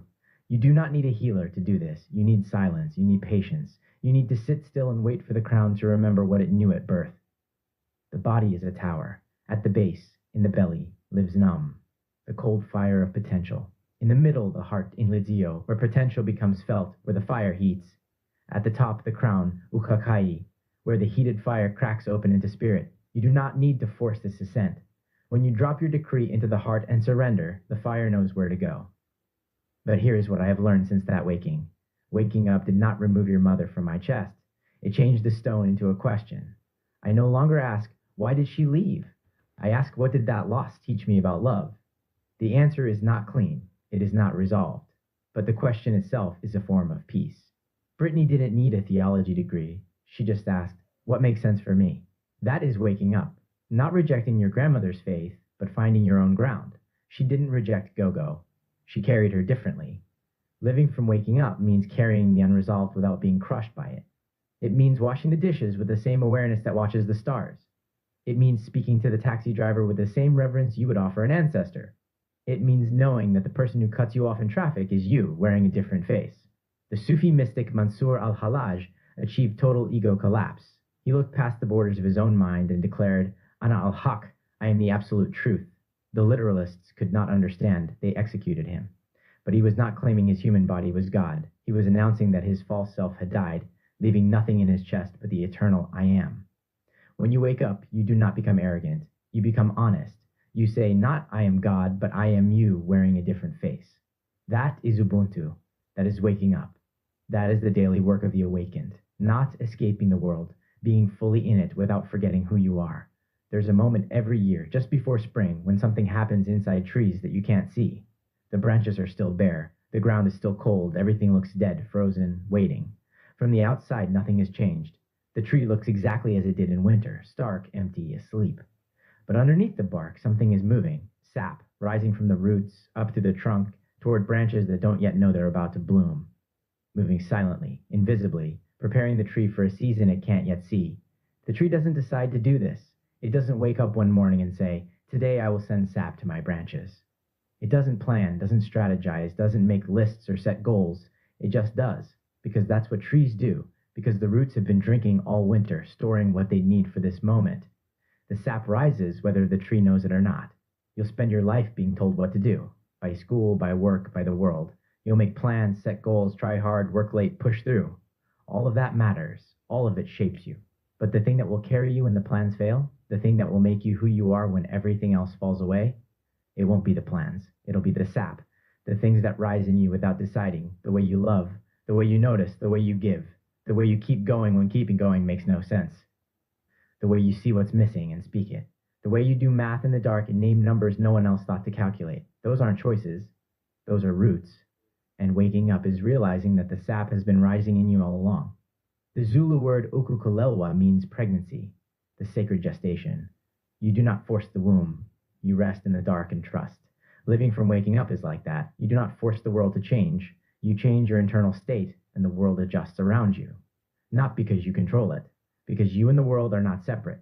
The world measures success by output. The sovereign measures by rest, not laziness, trust. When you have done the inner work, when you have revised, decreed, imagined, stop. Turn your attention to something else. Laugh, play, serve, love. The growth is happening. You do not need to supervise it. Your grandfather was a fisherman. He would cast his line and then sit. He did not pull the line every minute to check if a fish had bitten. He knew that the fish would come or they would not. His anxiety would not summon them. He taught me the Sabbath before I had a name for it. He would sit by the water, rod in hand, coffee with whiskey steaming beside him, and he would wait. Not impatiently, not anxiously, just present, trusting. That is living from waking up. Present, trusting, not passive, not lazy. Deeply, actively present. You will spend many years using the law. You will manifest jobs, relationships, money, healing. That is good. That is what the law is for. But do not stop there. Do not think that manifestation is the goal. The goal is waking up and then staying awake while everyone around you is still dreaming. The goal is laughing at the absurdity of a God who pretends to be a peasant, begging for coins that were always in his own pocket, and then getting up to make breakfast. The Shona word chinyiratso, comfort, is not about the world fixing your problems. It is about the absolute, unshakable knowledge that the one who is aware of the problem has never been touched by it. That is waking up lived, not a destination. A homecoming that happens again and again, every morning, every silence, every breath. You have woken up. Now let me show you something that startled me when I first saw it. The stories they read to us in churches, synagogues, mosques, they are not history. They are blueprints of your own consciousness. Take David and Goliath. The world sees a giant and a boy, but the giant is any problem that seems too big: debt, fear, a closed door. David refuses the heavy armor of the world's panic. He steps onto the field naked, holding only a smooth stone of inner alignment. He does not look up at the giant, he looks down from the observer. To pure awareness, no giant is big. The stone hits the forehead, Ukhakhayi, and the illusion collapses. Take Daniel in the lion's den. The world expects a bloodbath because it believes in separation, that the predator is another. But Daniel steps into the dark and enacts Ukupahla, a 180-degree turn from fear. He looks into the eyes of the beasts and recognizes that the same Umoya in his ribs breathes in theirs. When separation dissolves, violence becomes mechanically impossible. You cannot destroy what you know to be yourself. Take Jacob, who wrestled the nameless presence in the dark until his hip broke. The old walk of his ego shattered, and the divine gave him a new name, Israel, one who has sovereign power. He called that place the face of God because he finally looked past his own mask and saw the I am. Take the burning bush. The world sees a magic trick, but the bush is your fragile body, and the fire is Enom, the divine life force. You can burn with it, speak from it, but you are never consumed. And when Moses asked for a name, the voice answered, Ehya Asher Ehya, I am that I am. No nationality, no religion, just being. Take Jesus cleansing the temple. He did not hate merchants. He was showing you that your body is the temple and your skull is the holy site. The money changers are the loud transactional thoughts of the consumer matrix inside your head, the voices that try to bargain for peace. The Christ consciousness flips those tables. It initiates an internal mariro, the violent friction that clears the sanctuary so that pure silence can return. Go further east. The Bhagavad Gita places a warrior on a battlefield of mind chatter. His guide, Krishna, tells him, the soul cannot be cut by weapons nor burned by fire. Stand as an unattached witness. That is the observer. And the Buddha sat under the Bodhi tree as the demon Mara sent armies of fear and desire. He did not fight. He simply said, I see you, Mara. The weapons turn to flower, petals. The matrix vanishes when you refuse to believe it is Aneda. Islam preserves the same secret. The Sufis speak of Fana, the total annihilation of the ego. They tell of Musa journeying with Al-Khidr, the timeless observer. Musa panicked at every loss. Al-Khidr saw the long view. The broken boat was saved from a tyrant. The fallen wall protected a hidden treasure. And the mystic Al-Halaj, when his ego dissolved, cried, Ana al-Haq. I am the absolute truth, not his body, his awareness. Do you see, my love? The Sen hunter dancing until his blood boils, the Shona elder sounding the grave, the Sufi spinning into annihilation, the prophet standing untouched in the fire. They are all pulling the same cosmic lever. They are stepping past the fake lines on the dirt, past the names on the passports, past the desperate identity of the consumer, and returning to the only country that has ever truly existed. I am. But waking up is not a place to stay. It is a door. On the other side are the daughters unborn. Let us walk toward them. With love, Dad. Letter 19 to the daughters unborn. My love, your sister is the bridge, from Gogo's generation to yours. She didn't reject Gogo, she revised the knot. That is Ukama moving forward. She is the ancestor now, not someday. She told me once I carry Gogo with me. Not in the church, in the way she loved without measuring. The knot was not cut, it was rewoven. We have spoken much of ancestors, the knots behind you, the patterns you inherited, the cords you can revise. Now let us speak of the ones in front of you, the daughters unborn, the children your children will one day hold, the generations who will never know your name but will live in the shade of the tree you are planting today. You are not the end of the line, you are a bridge. Ukama is not only backward, it is forward. The cord stretches in both directions. You are not just healing the past, you are setting the baseline for the future. The woman you become, her assumptions, her peace, her serenity, will be the inheritance your great-granddaughters breathe without knowing where it came from. They will not thank you, they will not know your name, but they will walk taller because you refuse to carry the old weight. That is the long view, not what you get, what you leave, not what you achieve, what you release. You are the ancestor now, my love, not someday, now. The Nguni word Hlalaza describes the sudden, vivid, exploding greenness of a tree that has finally broken through the soil after a long, dark gestation. It is the evidence of life that cannot be hidden. It demands attention. As you will read in the final letter, this is Hlalaza, the visible greenness of inner work breaking through soil. I think about the mattress in the shack, the cold concrete floor, the four brothers breathing in the dark. That was a cord. We were knotted together by poverty, by struggle, by the silence of our father and the sacrifice of our mother. We could have let those knots tighten. We could have passed them on to our children, the fear, the scarcity, the hopelessness. But we did not. We revised.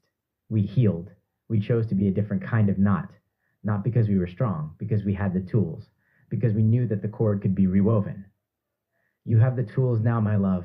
You can look at the patterns you inherited, the ones that have held you back, the ones that have hurt you, and you can revise them, not by pretending they never happened, by seeing them differently, by feeling them differently, by becoming a different knot.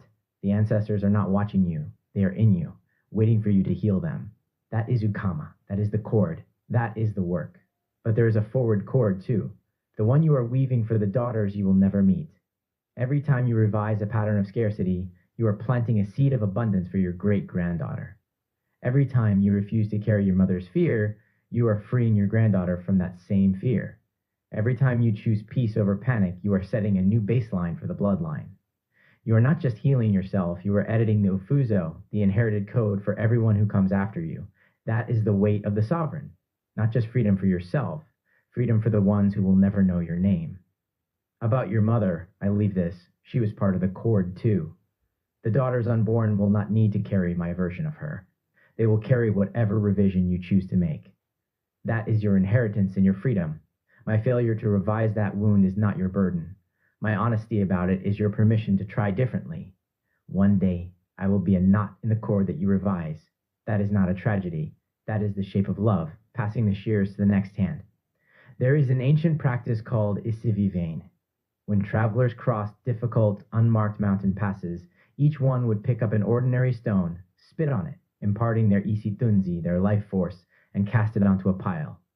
No single person built the mound.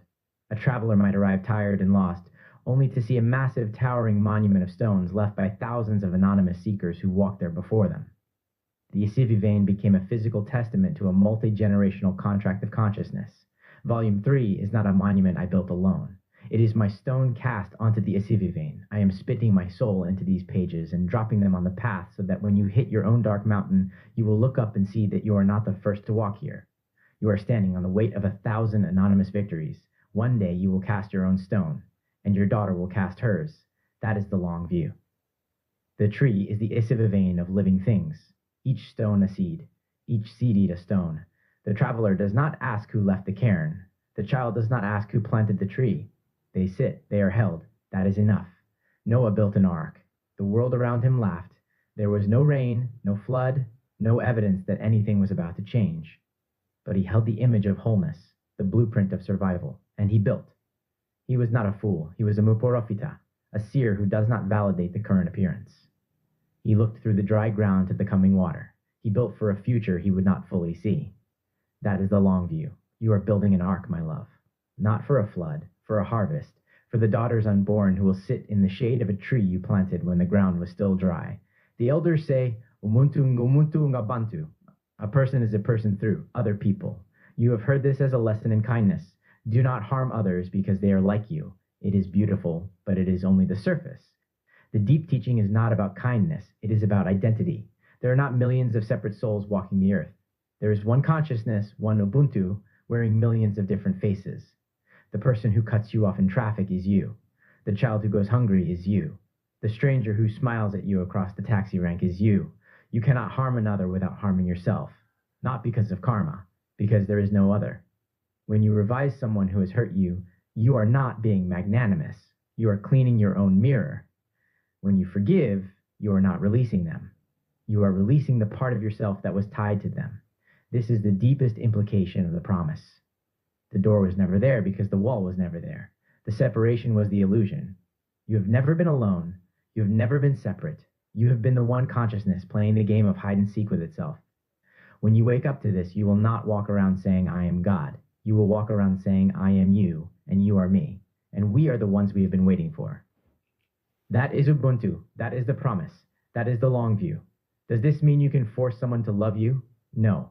Their freedom is the one thing even the law cannot override. You can revise your image of them. You cannot revise their will. The mirror shows you yourself. It does not command the reflection to move. Ubuntu is not control. It is recognition. You are them, but they are also themselves. Honor both. Your mother is a Mokoena of the Free State, Sesotho people rooted in this soil for generations. You carry that blood, but you also carry me, a traveler, a visitor, a man who must ask for permission to raise you. That tension is not a weakness. It is your superpower. You will see what the settled cannot see, that borders are illusions, passports are props, and belonging is a function of consciousness, not geography. When the world tries to push you out or lock you in, you will remember. The I am has no visa expiration date. You belong wherever you stand. That is the legacy I leave you, not a country, but a crown. And one more thing. The door you have been looking for, through Volume 1, through Volume 2, through all these letters, there is no door. There never was. The door was the seeking. The door was the separation. The door was the illusion that you were ever outside. You have not been walking toward home. You have been walking from it, pretending to be lost, so that you could enjoy the joy of being found. Close the book. Walk out of the room. The room was never the point. The water is waiting. With love, Dad. Letter 20. The Tree. My love, we have come to the end of the letters. Not the end of the work. The end of the words. It is crazy if you think about it. Today is the tomorrow you were worried about yesterday. And here you are, worrying about tomorrow, but making it through today. Take that in for a second. Be here. Be there tomorrow. Just let whatever is going to happen, happen. And do your best to stay strong. You did it yesterday and the day before. Keep doing it. The tree I am planting today will never shade me, but I hope that you will sit under it. That is always the point. You are the tree now, my love. Not someday. Now, you are the one who plants, the one who sits in the shade, the one who waters the roots, the one who trusts that the seed knows what to do. You do not need to become anything. You already are. The building, the walking, the seeing, these were not to make you something new. They were to strip away the old, to clear the ground, to let the tree that has always been there finally be seen. The ancestors planted, you are sitting in their shade, you are planting. Someone you will never meet will sit in your shade. That is not a duty. It is a fact. The cord does not ask permission, it just is. You cannot stop the cord from moving through you. You can only choose what kind of knot you will be.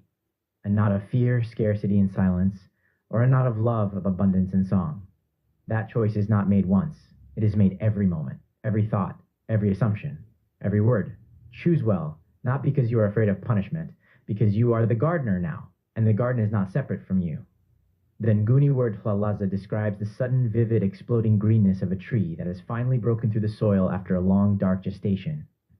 It is the evidence of life that cannot be hidden. It demands attention. The entire point of this trilogy, the building, the walking, the waking, is not survival. It is Hlalaza, the undeniable, visible materialization of an inner state of consciousness, the shade that appears where there was only bare earth, the fruit that feeds strangers who never saw you plant the seed. When your internal roots are deeply watered with assumptions of abundance, your outer life is legally compelled to burst into a fresh, vibrant, unmistakable green that provides shade for everyone around you. That is Hlalaza. That is the tree. That is the long view. There was a man I worked with at the warehouse. His name was Elias. He was old, older than my father. His hands were thick and scarred, the way hands get when they have been holding things for a long time. Boxes, pallets, machines, the weight of the warehouse. The skin on his palms was cracked, the lines deep and dark with dirt that never fully washed out. He had been holding things for decades. He was the one who taught me to drive the V&A, the very narrow aisle lift, the machine that moves through the aisles with 1 centimeter of clearance on either side. 1 centimeter. That's nothing. That's the width of your finger. If you drift, even slightly, the pallet catches the racking. The whole shelf can collapse. The machine requires patience, precision, the ability to see the gap before you need it. He taught me in the early mornings before the shift started.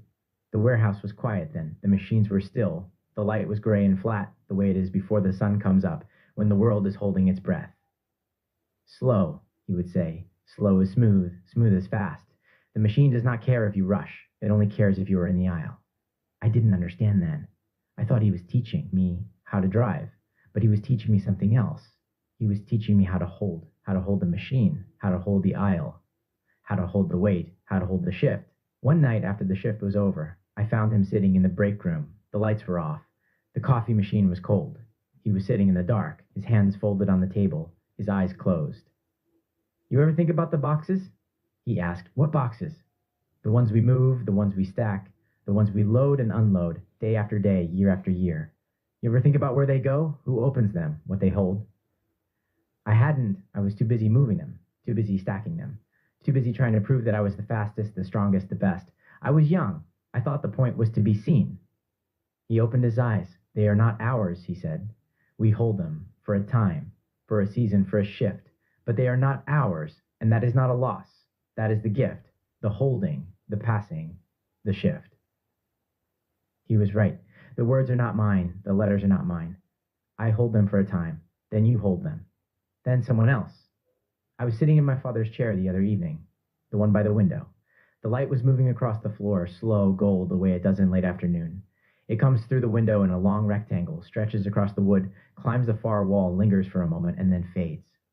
I've watched this light 1,000 times. I never get tired of it. There's something about the way it moves, so slow you can't see it happening, but if you look away and look back, it's in a different place. Like the hour hand on a clock. Like the way children grow, like the way we become who we are without noticing the becoming. And I thought, one day, this light will fall on this floor, and I will not be here to see it. It wasn't a sad thought. It wasn't a fearful thought. It was just true. Like the fact that the sun rises in the east, like the fact that the tree outside the window was planted by someone I never met. I will not see the harvest. That is not a tragedy. That is the shape of planting. I think about the mattress, the cold concrete floor, the breathing in the dark, the smell of sweat and cheap soap. That mattress is gone now, ripped, burned, buried somewhere. But something remains, the knowing, the knowledge that I am not alone. The instinct to make room before being asked. That is what remains. Not the thing made in you. I think about the fish, the carp I caught at the dam, the weight of it in my hands, the pulse of its gills, the way my brother stood around me, not speaking, just being. That fish is gone. We ate it, 3 days of food. But something remains, the weight, not of the fish, of the moment, the golden hour, the water still, the brothers there. That is what remains, not the memory, the shape the memory carved, in me. I think about the 62 rands, the night I had nothing, the night you did the math, the night a stranger sent 300 rands. That money is gone. Spent, used. But something remains, the knowing that I am not alone, the knowing that strangers can be windows, the knowing that not enough is not the end. That is what remains, not the gift that changed the gift made in me. The father in the story of the prodigal son did something strange. He did not wait for his son to come crawling back. He ran. He saw his son while he was still a long way off. He had already revised the boy, not as a failure, but as a son. The revision happened before the return. That is the long view. You are the father now. You will run toward your own children before they even know they have wandered. You will revise them in your heart, not into who you want them to be, but back into who they already are. That is the only legacy that outlasts the grave. I think about your mother, not the wound, the woman I once loved enough to try. That trying remains. The effort remains. The hope remains. It did not land where I wanted it to land, but the trying itself became a seed. I do not know what will grow from it. That is not my question to answer. I think about Britney, not the words she said, the way she sat with her phone face down, waiting to be heard, the way she touched her head without knowing why, but the way she is still asking questions. That asking remains. There was a tree in my grandmother's yard before I was born. An old acacia, massive, its trunk gnarled with age, its branches spreading wide enough to cover half the property. My mother played under it as a girl, she told me. Sat in its shade on hot afternoons, reading books borrowed from the mobile library. My aunt sat under it as teenagers, talking about boys, dreaming about futures they couldn't yet imagine. My uncles proposed under it, or so the story goes, down on one knee, rings produced from pockets, promises made in dappled light. By the time I came along, it was gone, died, cut down, removed. The yard looked empty without it, my mother said. Took years to get used to the sun, but I still sat in its shade. Not the physical shade, that was long gone, burned away by the sun that now fell where the tree once stood. But the other kind, the stories about it, the way my mother talked about it, her voice soft and remembering, the way my aunts smiled when they remembered sitting under it, their faces young again for a moment. The way my uncles would nod when it was mentioned, their eyes distant, seeing something that wasn't there anymore.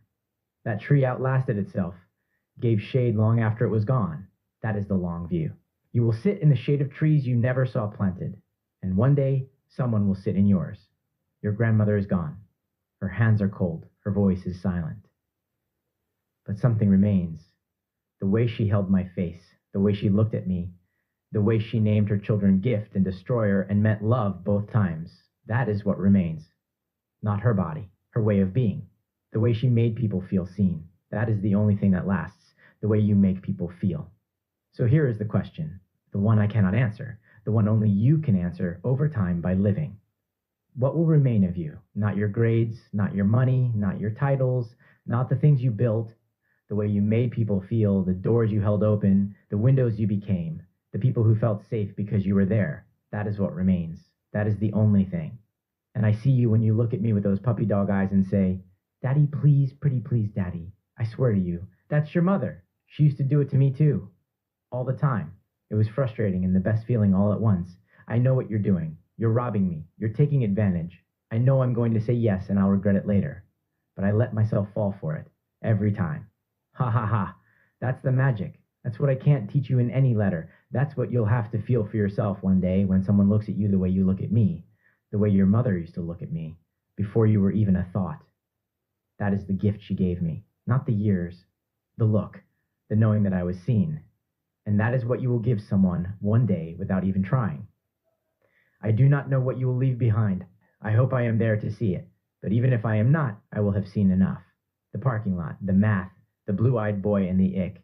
The way you said it's fine when it wasn't and meant it as love. That is what remains of you already. And you are only 13. The tree is planted. The shade is falling. Someone you will never meet will sit here. That is the only legacy that matters. The door is open, my love. Walk through it. The world is waiting. The tree is waiting. The shade is falling. Come sit by the water when you need to. It is still there. It is always there. But do not stay too long. The water is not a home. It is a place to rest.